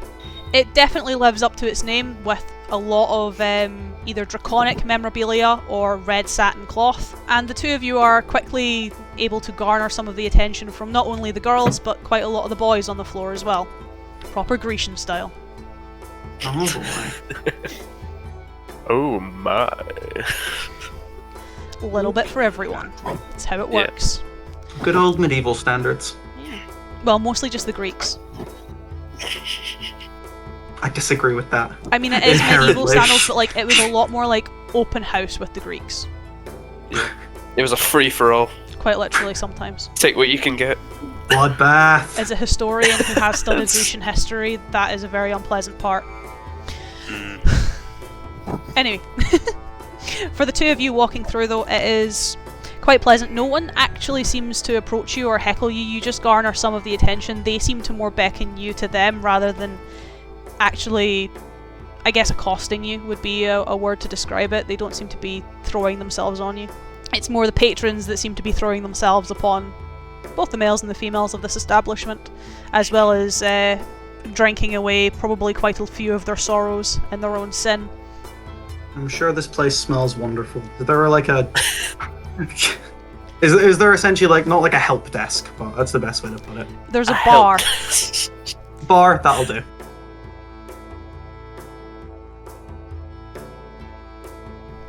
Heading up to the bar, the, I guess, proprietor behind it is a half-orc gentleman, quite broad-shouldered. Kind of looks at the two of you, polishing a glass. What takes your fancy? Following up leads on missing persons. Said there was an attack in this establishment. Or at least evidence of one.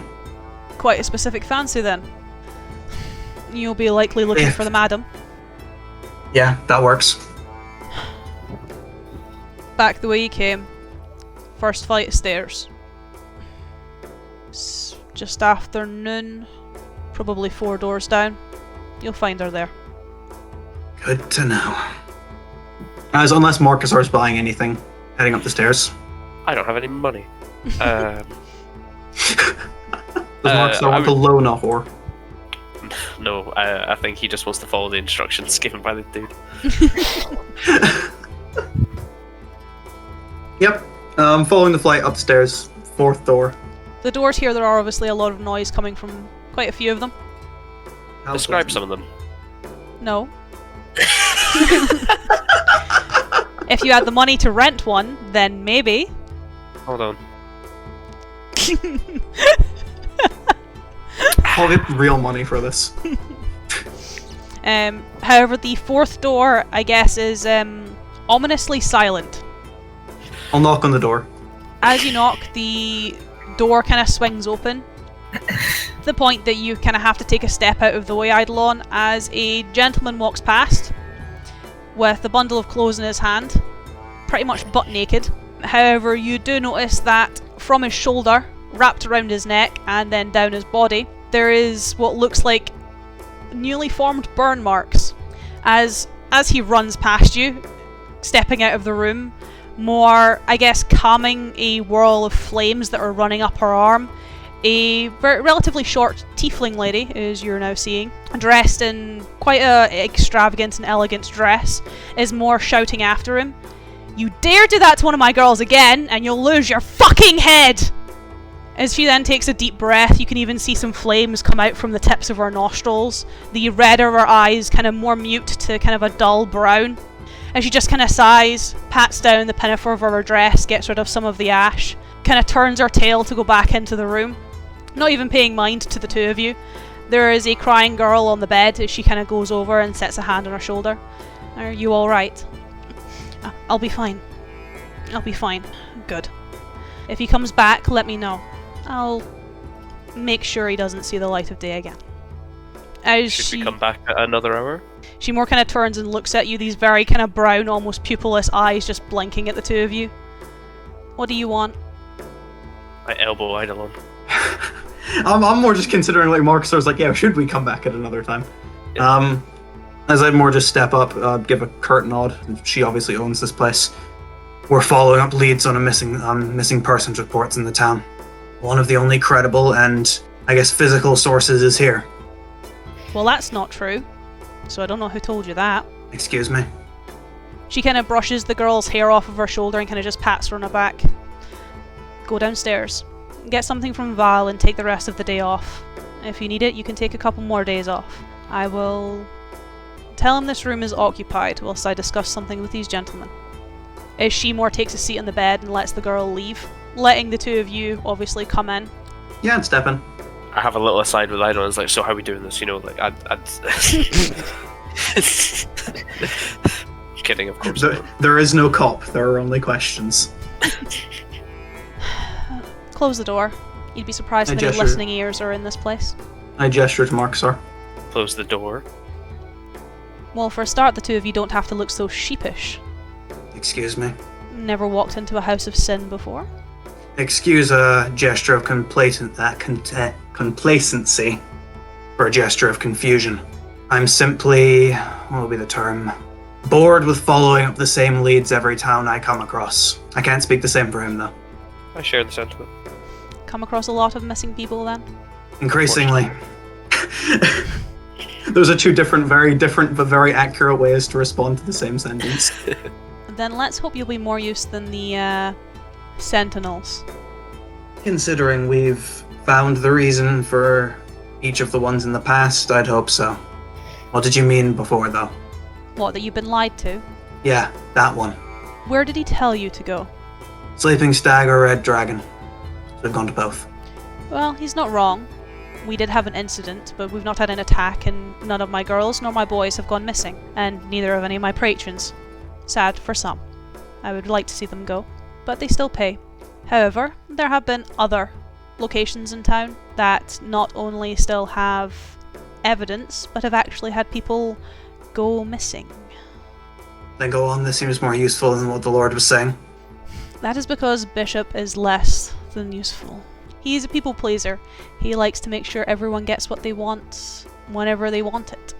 He's like most of my girls and some of my boys, but he just doesn't get paid for it. My apologies, I didn't ask for an expansion on who the Lord is. I asked for an expansion of where the people have gone missing. Who the Lord is and how he acts like is none of my concern unless it is concerning enough for his head to be removed from his torso. Been a while since I've had a soldier type through these doors. As I don't would just look around the room. Can't say I've ever been through any of these doors. The first person to go missing was a young woman named Henrietta, though I doubt you would be able to get much from her sister if she doesn't like to talk about it. Can you tell us anything about it then? Before you move on. Not much that anyone doesn't already know rumours of. The woman went missing in her sleep, her sister didn't even hear it, and in the morning her sister was gone and the brand was burning, carved into the outside of the house. We've got a talker in our midst. We can send him to see what he can learn. Yes, Matthew, I'm talking about you. The second incident was some local boy. I don't quite remember his name. Again, same thing though. No one saw anyone enter or leave, and the only thing that was left was a burning brand on the side of the building. The more, I guess, upsetting events, most of them were adults, but Zephyros, he owns the Stonewall Emporium. It was his son who was taken. He was 7. He lost his wife shortly after it, though that wasn't due to the incident. Poor woman blamed herself. An awful thing grief is. It brings out the worst in people who can't find other ways to resolve it. I presume you see the worst of it then. Most of the time. People come here to get away from their problems, to forget about them. It usually means that those problems are imprinted upon whoever they choose to spend the night with. Aye, they seem to simply make them for other people. Have these attacks continued since the town was closed off? Yes. How recent was the last one? Considering this, blockade seems somewhat recent, at least from what we heard from a traveling companion. Perhaps 6-7 days. And that would have been? A local girl lives above one of the shops on the northern quarter. Is it just locals who are being captured, or have travelers been gone missing too? Well, travellers don't stay very long in Westcross, and those who do only stay in 2 places. My own establishment has half of this brand. The assailant who was trying to mark it, a couple of my girls caught him, though he was able to get away before they were able to apprehend him. Did they get a look at him? No. They were pretty shaken about the whole thing. The town is pretty superstitious, so they believed he was trying to mark our own establishment with the curse. So the brand is made before the person is captured, not the other way around?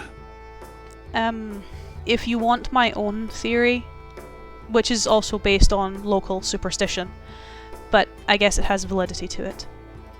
The brand is what targets buildings or people. It gives permission for the beast to enter, as the rumours would go.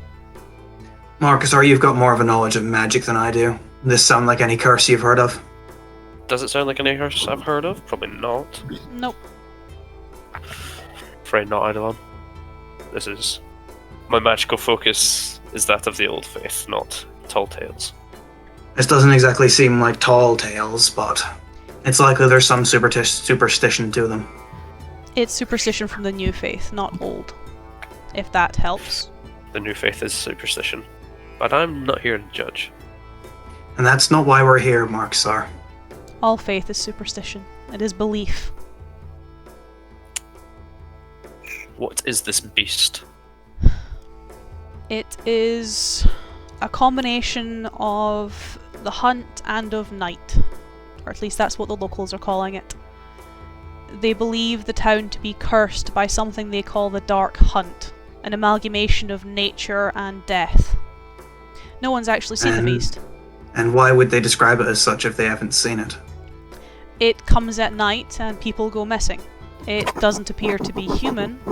It can climb 3-4 stories with very little effort, and snatches people away without a thought. And no signs of entry or exit. An open window.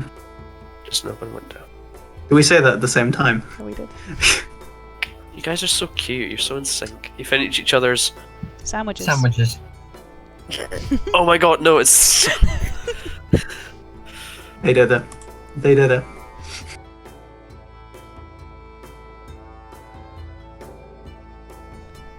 He's returned! Return He's of back. the king.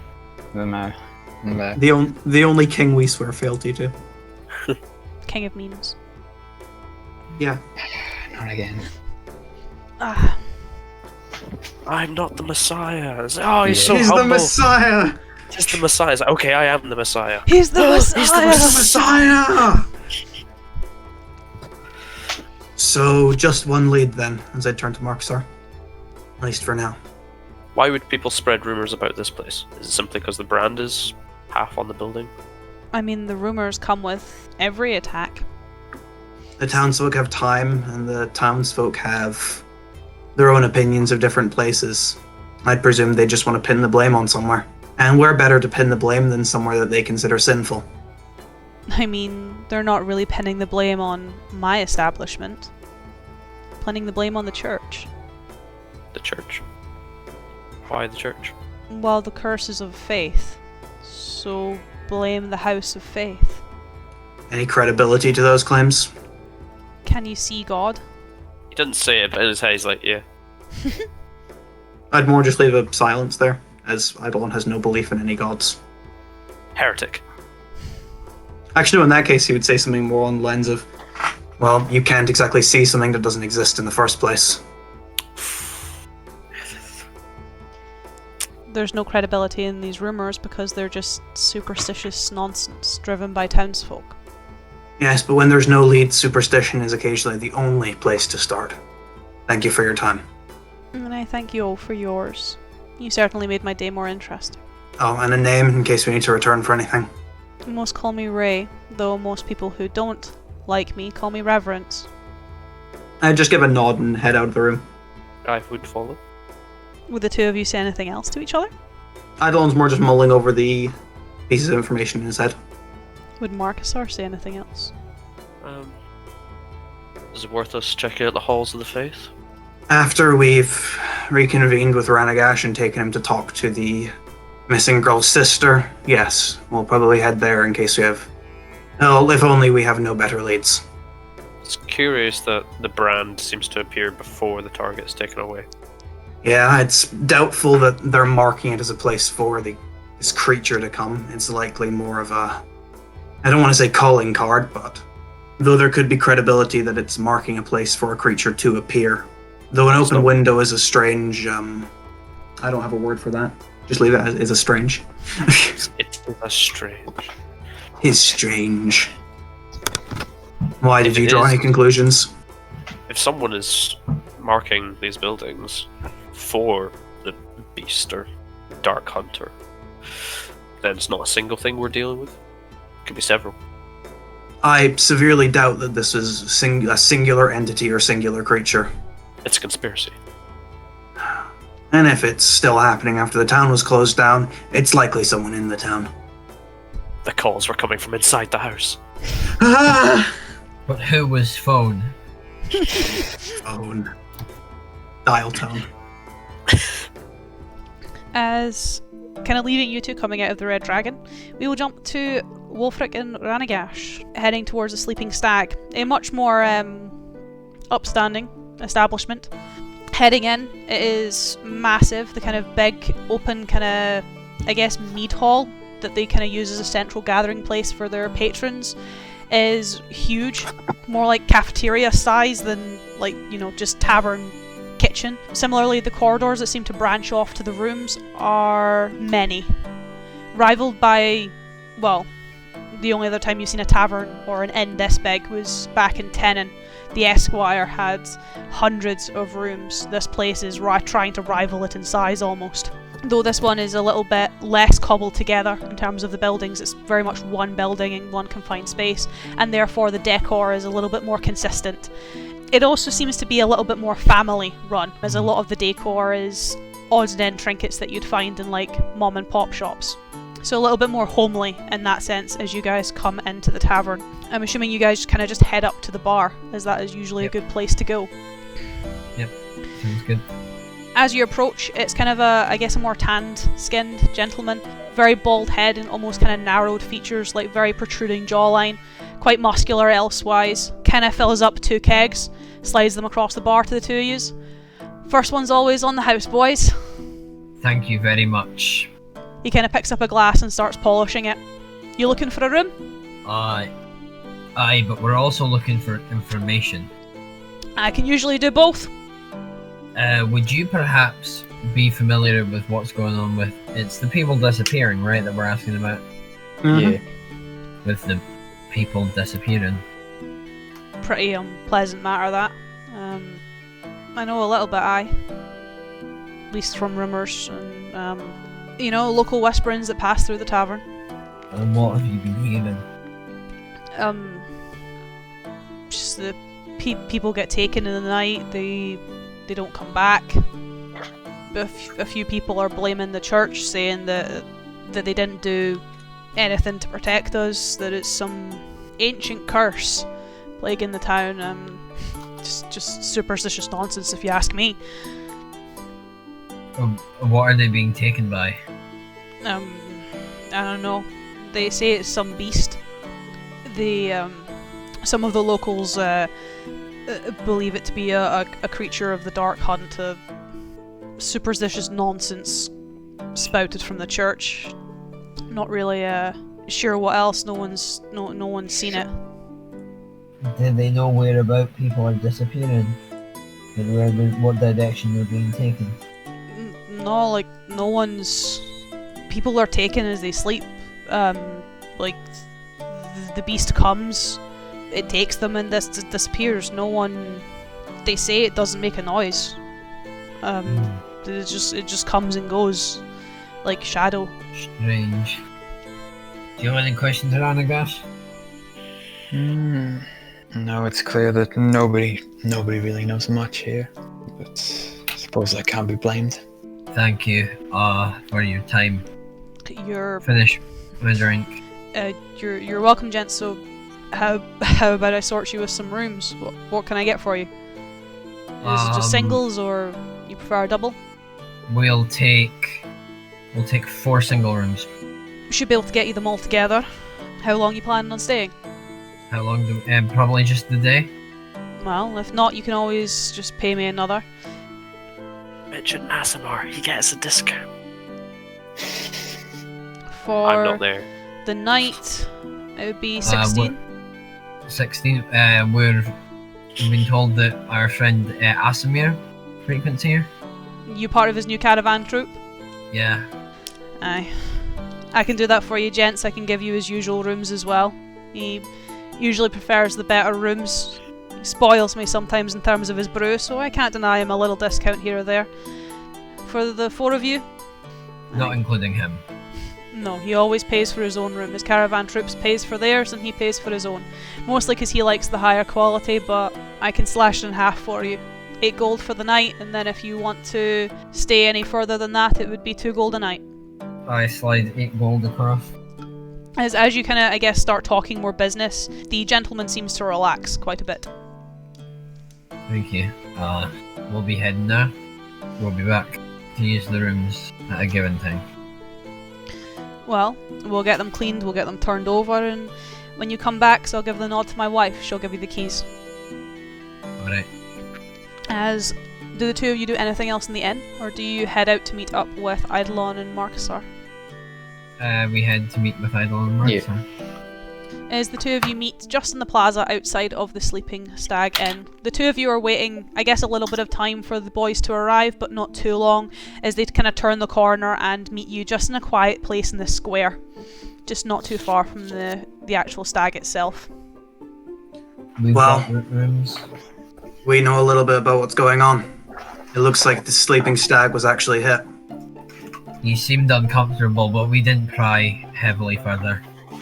Well, I guess I'll reiterate, from what we learned at the Red Dragon, it seems like someone actually did go missing from the sleeping stag. That is right, yeah, that is what she said. Not that someone went missing from it, but that it had been branded. It had been branded, that was it. It had been branded by the strange mark that was appearing on the missing persons buildings. Which means, most likely, someone's going to be going missing from there sometime soon. So we'll have to keep an eye out then. Keep our ears peeled. In fact, if we could learn where the brand was, I'd turn towards Ranagash or Marksar. You two can see magic, yes? Yes. Yes. It might be beneficial if we can find it, see if it's left any trace. No, or save it for later. Well, we'll need to learn where the brand is first, unless it's obvious on the building. Is it obvious on the building? Should we go have a scout around the house? I mean, yeah, I see no problem with that. I mean, technically, you could walk the perimeter of the building and try and investigate it. Yeah, Let's all can do do that. so. Let's split up and look for clues again. Give me There's some 4 of us, investigation so rolls, fine. y'all. We're all making a roll. That's a non-nat 20. Team investigation rolls. 8. Paul, you're letting the team down. Hey. Matthew with a nat 20, bringing the team back up. Except from Paul, those are good rolls. Yeah, Paul's literally letting the team Alright. down. Not the first time. I'm still distracted by the thoughts of reverence. Why are you distracted by a brothel owner, Paul? He wants to hook up with the tiefling. I was gonna say, because she, implied his faith is garbage. I mean, she also did imply his faith was garbage. A little bit from column A, a little bit from column B. He'll accept his He faith wants- as garbage because she's hot. He just wants a chance to show her his faith. That's all he wants. Oh, it's fixing my sheep. Sheep disapproves of this content. I just bonk, go to horny jail. You guys start to investigate the building. You start to walk the perimeter. Something that Reverence, that Ray was able to at least tell yourself, Marcusar, and Eidolon was that it was a person that was trying to inscribe the branding, which gives you a bit of an idea of where to start looking for it, because it's got to be on somewhere that a person can reach. We know that they only got about... No, it was halfway on the Red Dragon, but they got all the way on this one. Yes. So. Ranagash, you are kind of able to find it first. More, I guess, out of luck and chance than anything else, out the corner of your eye. As the way that it's been carved is not too different from the way that you would carve your rune stones. As it's probably on the southern side of the building, so quite close to what you can see a weird, almost jutting out tower and the built into the southern side of the wall, and what looks like a small arcana shop or potion shop kind of built into the side of some houses. The brand is on that corner of the building, so not too far from there. You're not really too sure what you're looking for in terms of if it's active or not active, or if it's old or if it's new, because it just looks like a symbol carved into rock. I guess the thing that strikes yourself, Eidolon, and Ranagash with your nat 20 as a bit strange is there are no disturbances in the ground. There's no disturbances in the brush. Like, if you were assuming this was a more recent brand, obviously someone would have to come here to carve it. But the overgrowth that is surrounding this part of the building, even the dirt on the ground, doesn't look like it's really been disturbed in maybe 3-4 weeks. Well, I've already suggested what the casters can do, so I don't have much to say if we find it. I'll investigate the surrounding area more than anything else.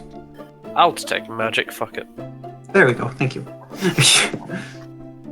As much as this, when you detect magic, Marcusar, this brand is not magical. Okay. There's nothing radiating off of it.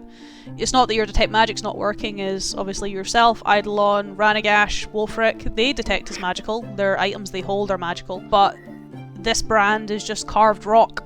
If it was magical, it's no longer magical, or if it is to be magical, no one's activated it yet. Share that with the party. Doesn't appear to be magical in any way. Then I guess I'd turn to Ranagash in that case. Yeah. Could this potentially be either like an inert rune stone, or does it look like any similar carving you've seen? It doesn't, does it now? You could give me an arcana at least to the way that it's been done, because the way that it's carved is not too similar to the way that you've carved your runestones. So you could give me more of an analysis in that perspective.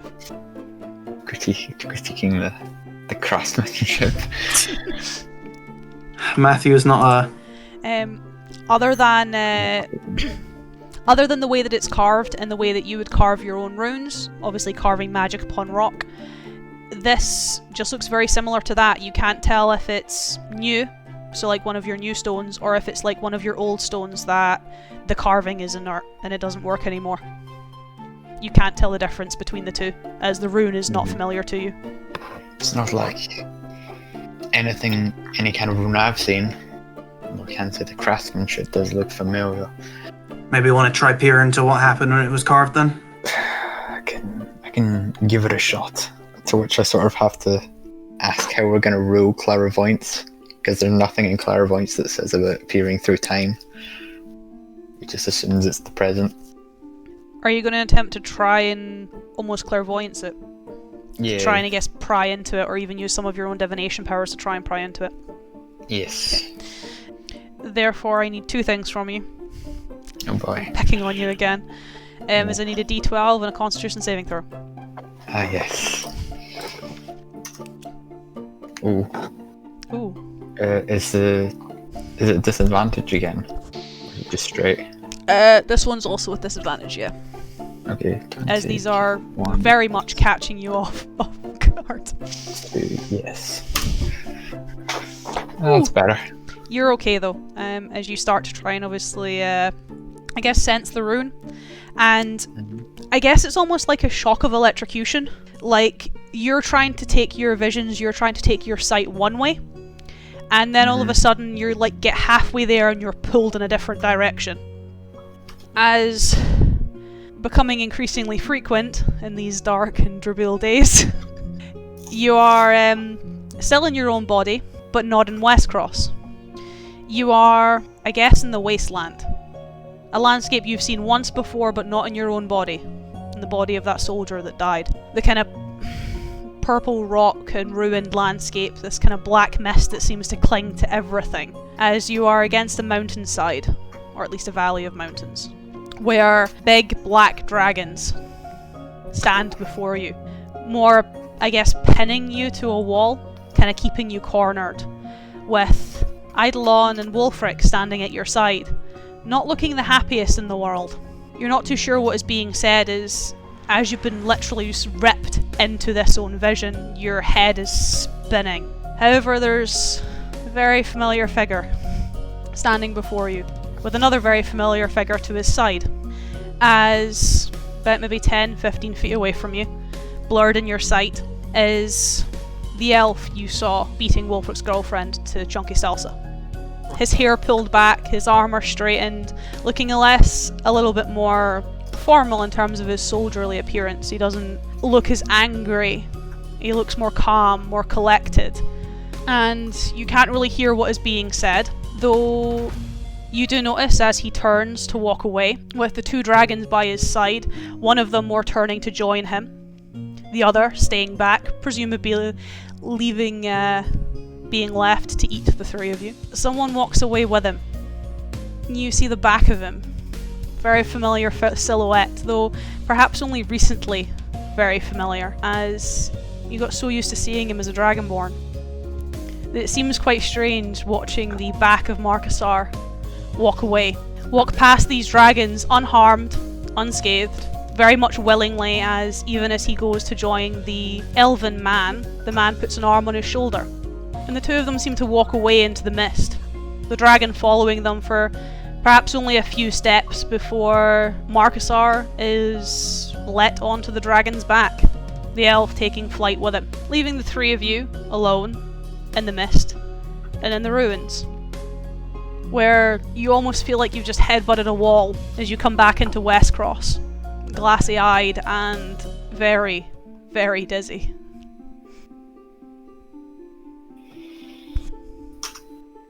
Are you alright there? Yes, that was most certainly not helpful in the slightest. Nothing about the wall then? Nope, no wall, no rune, nothing. Well, that's useful. Guess this lead has gone dry. Should we try the church? There was the woman who might have seen something. Can question her.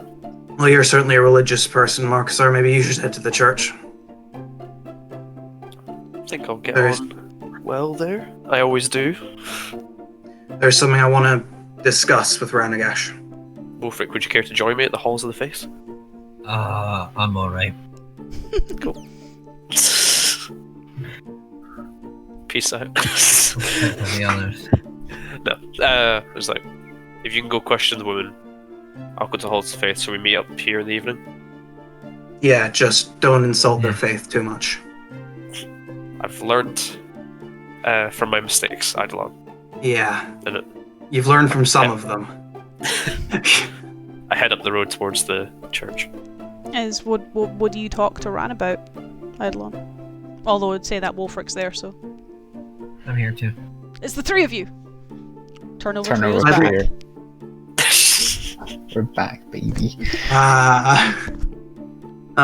More just trying to disregard, well, not disregard Wulfric, but more just like keeping his attention on Ranagash. Mm-hmm. On the stairs, what did you see? It was... Let me think. You and... someone? I did drop the name, didn't I? That was Yeah, he did. Presume you don't want me to say it again. Eidolon just kind of... He looks unsteady. Mm-hmm. Was that? But anyway, you were We? You. They, I don't know. You were sparring and then, but obviously, I should always do so right through everything, call everything as being off, Just as I do that, I double check the back of my hand where the gash was. Your hand's alright. Yeah. Just for, Paranoia. The growing paranoia. There was a girl, I think, who he seemed to be into, but fairly banal. Alright. As it's, even to you with your very low passive perception and wisdom, it's quite clear Eidolon's, I guess the best way to put it would be choking up. I assume something happened between you. That's a way to put it. I won't That's pry. a way to put it. I won't pry. You don't have to say it. I appreciate the notion, but I feel you'll have to soon. Alright. Anyway, this woman might be the closest thing to seeing whatever this thing is snatching people.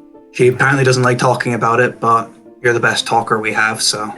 We're gonna have to rely on you. No pressure? No pressure. We'll wait outside. I don't think she'd exactly want more than one random person coming in and asking about her missing sister. Yes. Do we have a name? We know the missing person was Henrietta. We get a name for her sister. We didn't. You guys are make great the at worst this. detectives. Terrible detectives. It's Hillview all over again. It's just the other way around this time. We at the very least know that she seems to run a shop, so maybe you'll get the chance to learn her name before you start interrogating her. Well, at the very least, she lives above a shop. You don't even know if she runs it. Alright. You haven't seen him before, have you? No. Okay. I don't have much else to say. Here's the question. Which shop do you guys go to? It was I think it's this one down here. Wait, no, that's not right. Yes. Oh wait, no. It was the Emporium where the dude lost his son. Yeah, it was the Emporium where the dude lost his son. It was above, I think it was above Hexes and Jinxes. I'm very out of it. I've been intentionally taking Eidolon's notes stunted. So it wouldn't be right for him to be able to take coherent sentences right now. It was near a magic shop, and you guys are near a magic shop. So, Hexes and Jinxes it is. I mean, it's the only shop that's listed as a magical one. yeah, and it's very much a potions emporium, as you are quite close by and obviously can see the contents of it. Bring me your finest potions. You can As I- my potions. I guess I'd let Strong enough. Ranagash go in, and this is actually the first time Eidolon's been alone with Wolfric for quite a while. This will be awkward for him. Well, we'll deal with Ran first. Boy. Jesus Christ, we can't stop splitting the session between groups today. It happens occasionally with you guys. I don't mind it too much. Yeah. Keeping Em on her toes, you know? Yeah. As Ranagash, you head into the shop. It is, I guess, quite a quiet shop. There's not a lot of patrons in here, though. From the macabre decoration, you can kind of understand why. In terms of the way that it's laid out and the way that it's decorated, think of almost like old-fashioned black magic or voodoo style. So a lot of very traditional ways of magic, not very new magics. So a lot of people would probably avoid it. However, it's a little bit more familiar to you, as a lot of the stuff that is being sold outside of the Mordanity is stuff that the Elders would use. It's natural magic, not the newfangled stuff. Very druidic. And all that. Bells and Shamanistic, whistles. druidic, lots of stones, Yeah. lots of runes, lots of bones, that sort of thing, in comparison to like crystals and wands. Though there are some of those here. I guess the woman that is pottering around is quite short. She's maybe only 5'2", 5'3", so in comparison to you, nearly a foot. A mess of black hair is kind of almost kept in control by very, very thin and tight braids that have all been pulled together in a very old-fashioned knot and decorated with beads. She seems to be, again, dressed in a more shamanistic style, though you notice as you're coming in, a lot of her clothes bear singed edges. Either the hems of her skirts or her apron or even her cuffs of her sleeves are very burned, and even some of the patchwork of her dress itself has burn marks in it. And she kind of notices you come in. Can I get you anything, or do you know what you're looking for? I do know what I'm looking for, though it's not so much wares. It's more information. Well, I don't have any, so you can leave. Forgive me for prying, but it was here that the disappearance happened, wasn't it? My sister, yes. Yes. That's right. I'm sorry about that. Yes, everyone's sorry, everyone comes to pry and everyone comes to ask questions, and they all leave empty-handed or with a fireball up the ass, so decide which one you want. Alright, until it's painful, myself and my associates are trying, but I won't give you any more trouble. I'll just turn and leave, because I know what a fireball can do, and I'm not gonna risk it. As you almost hear her, I guess, just sigh as you kind of get to that entrance to the door. As she kind of turns, and you can even hear her heels move as she goes to try and do something else, though a lot more slower in her movements. As do you still leave? Yeah, no, I'm not gonna. As Eidolon and Wolfric outside of shop, what do the two of you do? As you have maybe 2-3 minutes of time by yourselves. Not sure. I guess to Wolfric, it would be clear that, of course, he's seen the Eidolon's a little bit uncomfortable, especially because he did hear what Renagash was saying there. Mm-hmm. But I guess it's also clear there's a little something else probably too. Are you alright there? I don't think all right cuts it, but What's up? What seems to be the issue? what happened back in that bandit camp a few days back, that's what's the issue. Because I killed him? Yeah, roughly. You were very far away. You know he killed me first, right? I wasn't aware that he knocked you down, though I was aware of the fact that he was offering you mercy. I didn't know that. Alright, I get that. I've been close to death, and that was the closest I've ever felt to death. Listen, I get that. Alright, if you were knocked down, that makes sense. That's what Ranagash told me. Just still, we had the upper hand. We didn't need to have anybody die there. I know it was... I didn't relish in it. I don't relish in murder. At least you accept that that is what it is. No, I guess more of my frustrations come from how it started. That's understandable. You had a chance to talk them down. They seemed willing to listen. I tried to talk them down. I see what you mean, but I didn't see that. Their leader was stubborn. Their leader was completely unwilling to just hand over what they'd stolen. He didn't seem to understand or care that he'd hurt an innocent man in order to obtain these things. I understand that also, but I don't know. Just from my perspective, we could have at least attempted to offer an ultimatum. There's always discussion of how things could have gone. I know it happened that way. It's just something I have to live with now. I just ask that. Obviously, it's your territory. When we can start a combat, you talk to them. I guess just. I understand. Yes, I know. Maybe it's in Iron Dragon training. I don't know. You like your quick tongues. You like your goading. But maybe when we're outnumbered, try a different strategy first. Yes. I promise to not be so rash. No, I guess that's just adding on my problem I have right now. Understood. I presume you heard what Ranagash said. Yes. Have you at least gotten leads for your issue? The dragon. Or the iron dragons. The dragons is a net term for you at least. There's a dragon. There's an iron dragon, Lambert Cragbrand in Drakenol, which is not far from where Ranagash is, and that also happens to be where disappearances are occurring. So we can contact them. We really can't go anywhere without people disappearing, can we? Not at all. The Are you strange worried? just follows us. I'm worried that the strange is following us because I'm worried it could get my family hurt, though apparently I learned today my family thought I was dead. Can you blame them? Very true. But No, I still don't mean- like the idea. If the disappearances are happening back home, are you worried that anyone you know is gone? I'm worried that there could be that. It's a fear. It's a fear. Just give a slow nod. Probably around this time Ranagash would be coming out. Because that was a Yeah. little more than 3 minutes.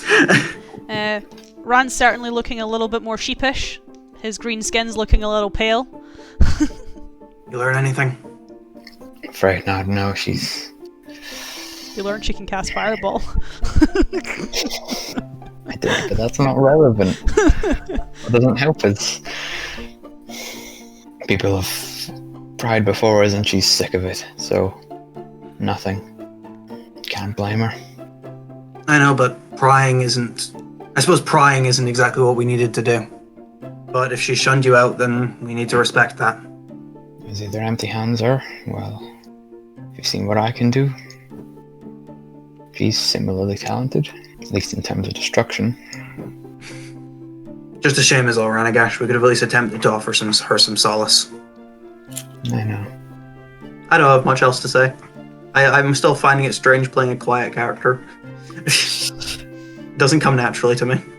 I know, you're fighting against the urge to go in there and talk to her yourself. Well, yeah, because to the easiest extent, I know what I could go in and ask to be able to get the information. I have to fight against the knowledge that my character wouldn't know how to do that. So I need to push down my own solutions to problems. I'm assuming you guys would then make your way, I guess, across town to then obviously meet up with Marcusar eventually. Yes. Oh no, where's Fred? Oh, actually, just because I've not fully resolved my issue with Wolfert, but because I can talk to him decently again. The Iron Dragons here, they don't happen to have a decent forge, do they? I believe they do. We can speak to them in the morning. I've just more been looking into getting my sword, at least tended to. No, made to work a bit better. Yeah, they've probably got professionals that can do that. Not as good as Lambert, but Aye, but we're not here. We're not near your disappearing act yet. yeah, they're eventually.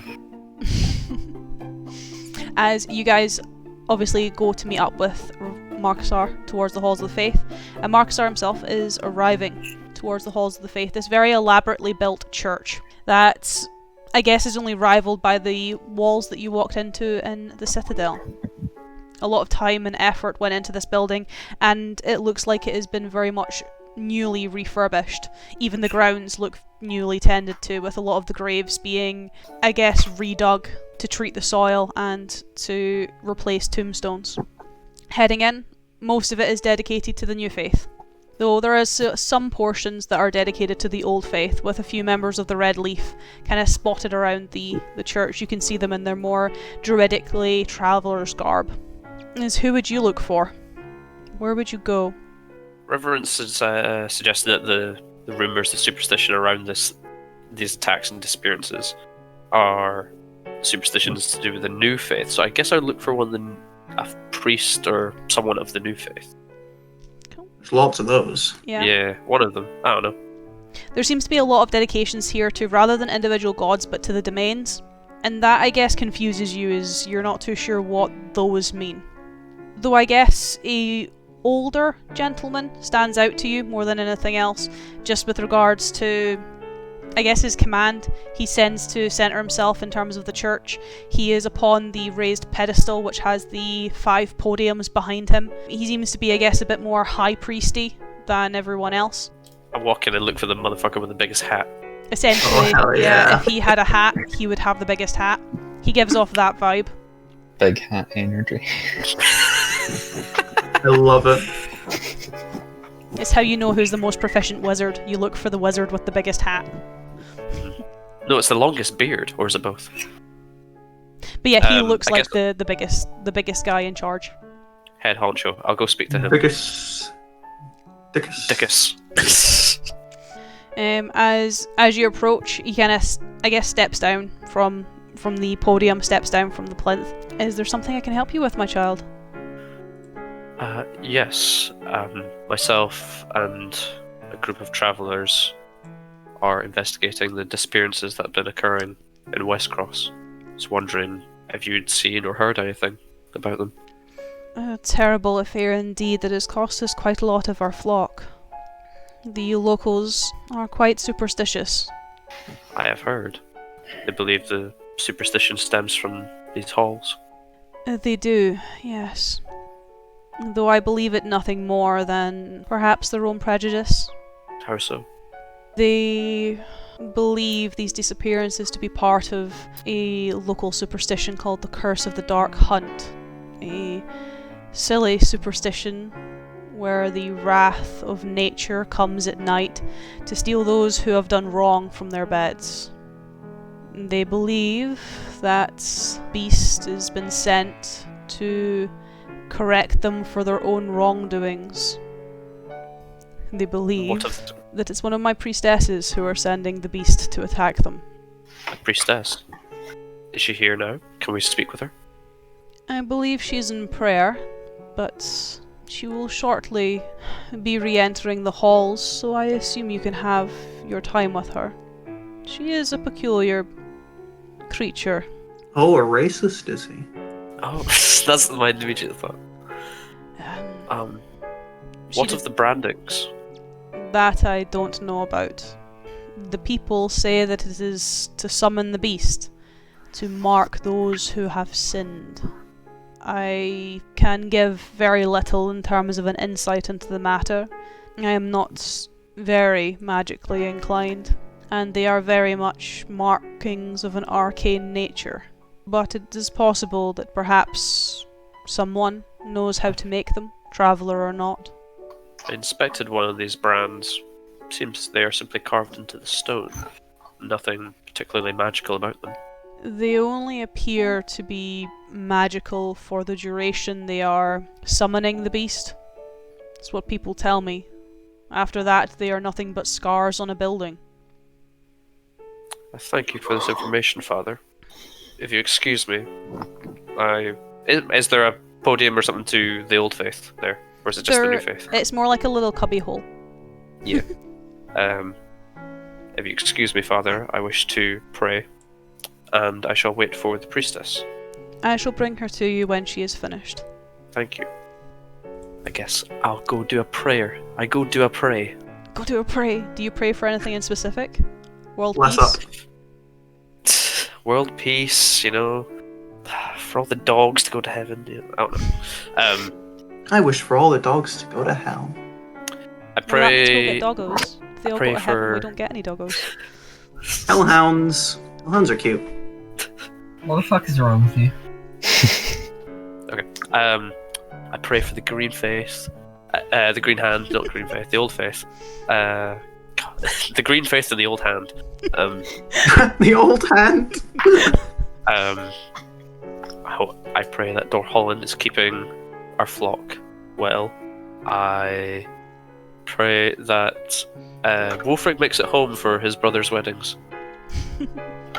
I pray for Eidolon's recent deceased wife that he shared with me, and I pray for a puppy. No.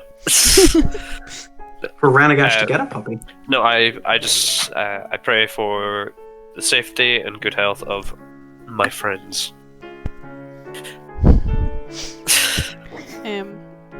As In you're brought out In of your her prayer- name, Amen. Well, actually, it's like because of course like Christians have prayers like when they make like almost like grace to God, things like that. Do you have anything like that for the she, or is it more just generic? I don't. Are you asking me? Yeah.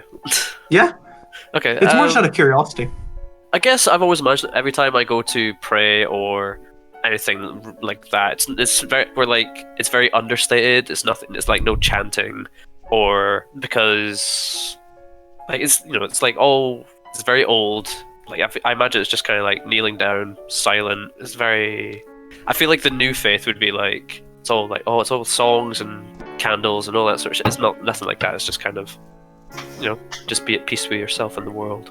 Yeah. So nothing much to speak about. I kind of I'm silent.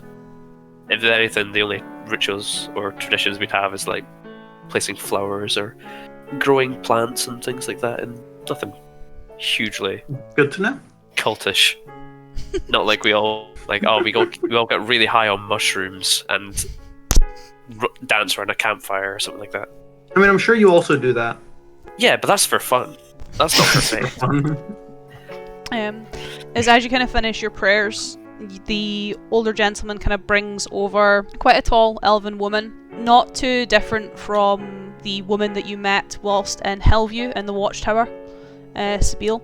Kind of very dark onyx skin and kind of white silvery hair, bearing a pendant around her neck that is of the full moon, not a symbol or dedication that you recognise. As the high priest kind of leaves her just at the side of your alcove, just at the side of your little offshoot, as she kind of waits, hands clasped, I guess for you to rise and finish, or at least indicate that you've finished your prayer entirely. I stand up to greet her as like, nice to meet you. Like, wait for her name. Ellie, I am Father Marcus R. Wilde of the Green Hand. you wish to speak with me? What do you know of the disappearances that are occurring in Westcross? Very little, though most would believe that to be a lie. Your high priest believes that people believe you have something to do with it. I am the priestess of the Domain of Death, and I dedicated myself to Venomir. He is, I guess, in a town of superstitious people, not the best god to dedicate yourself to, but I find peace in the night, and I find solace in the moon. I care not for what he is, and what he can stand for. What do you know of the Dark Hunt? It is rumour and myth, a creature born of night and nature, a creature that hunts mercilessly for anyone who it believes has done wrong. It allows people to generate speculation upon their neighbours. My mind is that it's superstition. What of the brandings that have been appearing throughout the town? I have no idea what they're for. The people say that it's summoning the beast. They blame me and believe that I am the one putting the markings upon buildings. I don't have magical abilities. So there's nothing you can tell me? I can tell you that whoever is doing this, they're not targeting specific people. They're not targeting anyone because of any sin or wrongdoing. What would a 7-year-old boy have to be sinful about? True. What do you believe? Why do you believe these people were targeted? I believe it's payment for something. Payment to who? Payment for what? My god, Venomir. He teaches that no matter what you ask for, it always comes at a price. Some people see that as a curse, perhaps. He himself was a vampire. His trade for his power, for his magic, was an insatiable hunger that could never be quenched. That cost him his status in the mortal realm, but was tempered by the gods. This beast, this creature, these attacks, from my own teachings, from what I have learned, it is payment for someone asking for too much. Are you the only follower of Venomir in Westcross? Is there many of you? There are, I guess, some dedicated elsewhere. Here we have priestesses and priests to the domains rather than to the gods. Each priest and priestess is dedicated to a sect. I myself am dedicated to death. But we all have our patron. I chose mine as Venomir. There are many other gods of death, but he was the one I chose. Trying to ascertain whether there be anyone else in Westcross who you believe would be as faithful as you are. Perhaps not as faithful, but here we have the largest collection of knowledge outside of the Citadel. The Scriptorium is a copy house for all of Ellerant. They have documents dating back to the First Era and beyond. they don't have faith, but they have knowledge. My assumptions are based on what I believe, what I know about my own God, but perhaps if you were to read, you could perhaps find out more. Curious. I will visit the scriptorium. Out of curiosity, would they have any writings from Ivania? Possibly. They have copies of everything. The originals, not a lot of the books we even have in our own libraries here, they are second-hand accounts produced by the writers in the scriptorium. I thank you, priestess. I think I've learned all I can here. If I wish to speak with you again, will I find you here? We all stay within the walls of the church. So yes. Thank you, Ellie. I do a bow to her. And I think I would go to the scriptorium. Well, on your way there, you meet up with the 3 boys. That's not what I wanted. Because they're on their way to meet you, which means they meet you on the way there. Fair enough. So, you learn anything? People believe that priestess within the halls of the faith is responsible, but she denies it. I forgot to do insight. Fuck. Yeah, you did. You guys are great at this. I'm a bad D&D player. I take people at face value. I'm just a nice guy. I believe people. Eidolon. You should stop doing that, Paul. Bad idea. People believe it's her. She is a follower of Venomir. The associations with him, death, and all that. Any credibility in those assumptions? I don't believe so. Alright, so no leads there. We couldn't follow up any leads where we went. Where now? Yes, she did suggest visiting the scriptorium. If that's the only lead there is, that's the only lead there is. Said to hold the most knowledge outside of the citadel. Well, let us head there then. Ren, you should probably be the ones to look into the symbol. At least if they end up being runic. Alright. We divide and conquer. Round the symbol. Eidolon study Venomir, who is a vampire apparently. Is that concerning to anyone? Look around the group. This faith has strange gods. Indeed. Not like my she. No, your she is much stranger. Oh, went up my nose. Wolfric. I'm trying to come up with a plan. I'm trying to be ideas guy. I mean, Wolfric's a monster hunter. He could look up monsters that could possibly pertain to this dark hunt. Yeah, Wolfric, I you was do gonna- that. I was going to suggest Wolfric could look into stuff about the surrounding areas, which could reveal things about beasts or mythological creatures that used to live around the area. But we believe the disappearances are happening within the walls. But it could be something that was here before Westcross was. Okay. So, Radagash, the symbol, Eidolon, Venomir, Wolfric, monsters. What about you, Markson? And hey, don't steal my question as the Sorry. GM! Sorry. And yourself. Surely you should be helping Ranagash find stuff out about the symbol. I will yeah. do my best, though I did not sense any magic from the rune. I don't know how much help I would be. Eidolon would more just shrug. Well then, lead the way. I don't actually know where it is. It's in the very southeastern quadrant. It would I know, be but I closer didn't than ask we anyone. were. We might have seen it when we were near Hexes and Jinxes, because it's right there. You A big guys, sign that you guys just would have been sounds able to nice. see it. You guys can assume that that would likely be the scriptorium, not because of its weird and wonderful shapes protruding from the walls, but from a very, very potent smell of ink and vellum that seems to engulf the southern quadrant of the city. Well, if it's there, it's there. It's there, it's there. As the 4 of you start heading south with your newly formed plan towards the scriptorium, we will end it there for tonight as you begin your investigations into Westcross, with leads seemingly sending you all over the city. If we don't find anything out, we can actually just bail on this and Yeah, you continue can. where we're You going. don't have to do anything about it. As But that's not right. Oh, People like us, we need to stand up for the little guy and protect them. shut up, Paul. With Didn't- great didn't- power. Didn't your cult commit domestic terrorism? Alright, Actually, I'm with let's- I'm several you acts again. of domestic terrorism. I agree with you and again. Let's not nitpick here.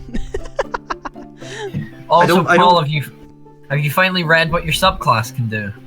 I can regain spell slots. On a short rest. Yes. This motherfucker's had that the entire time. Is that what Circle of the Land lets you? Oh my god, it is. Yes, it is. I can't keep reminding him about everything. Yeah. Oh! Play I'm a your bad, goddamn class! I'm a bad D&D player, okay? It was about 3 weeks ago that, upon me thinking about something, if he ever decides to use it, pertaining to his wild shape, did I actually remind Paul that he had access to wild shape? I knew I had access to it. Paul, I think. do you even know that you got a subclass feature at 6th level? Beyond just new spells? I think I did. This is when I just need to edit a giant arrow over Paul's head with a big sign that just says noob.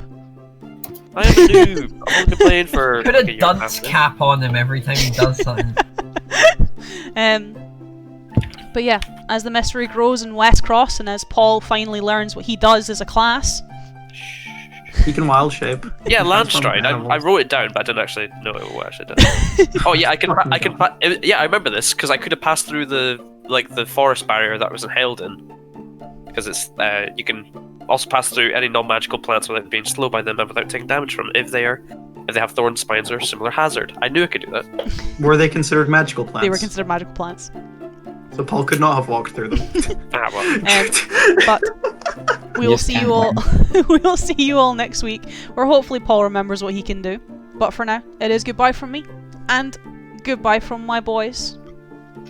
Start waving. Arrivederci. I need to stop being called out on how bad I am. Never.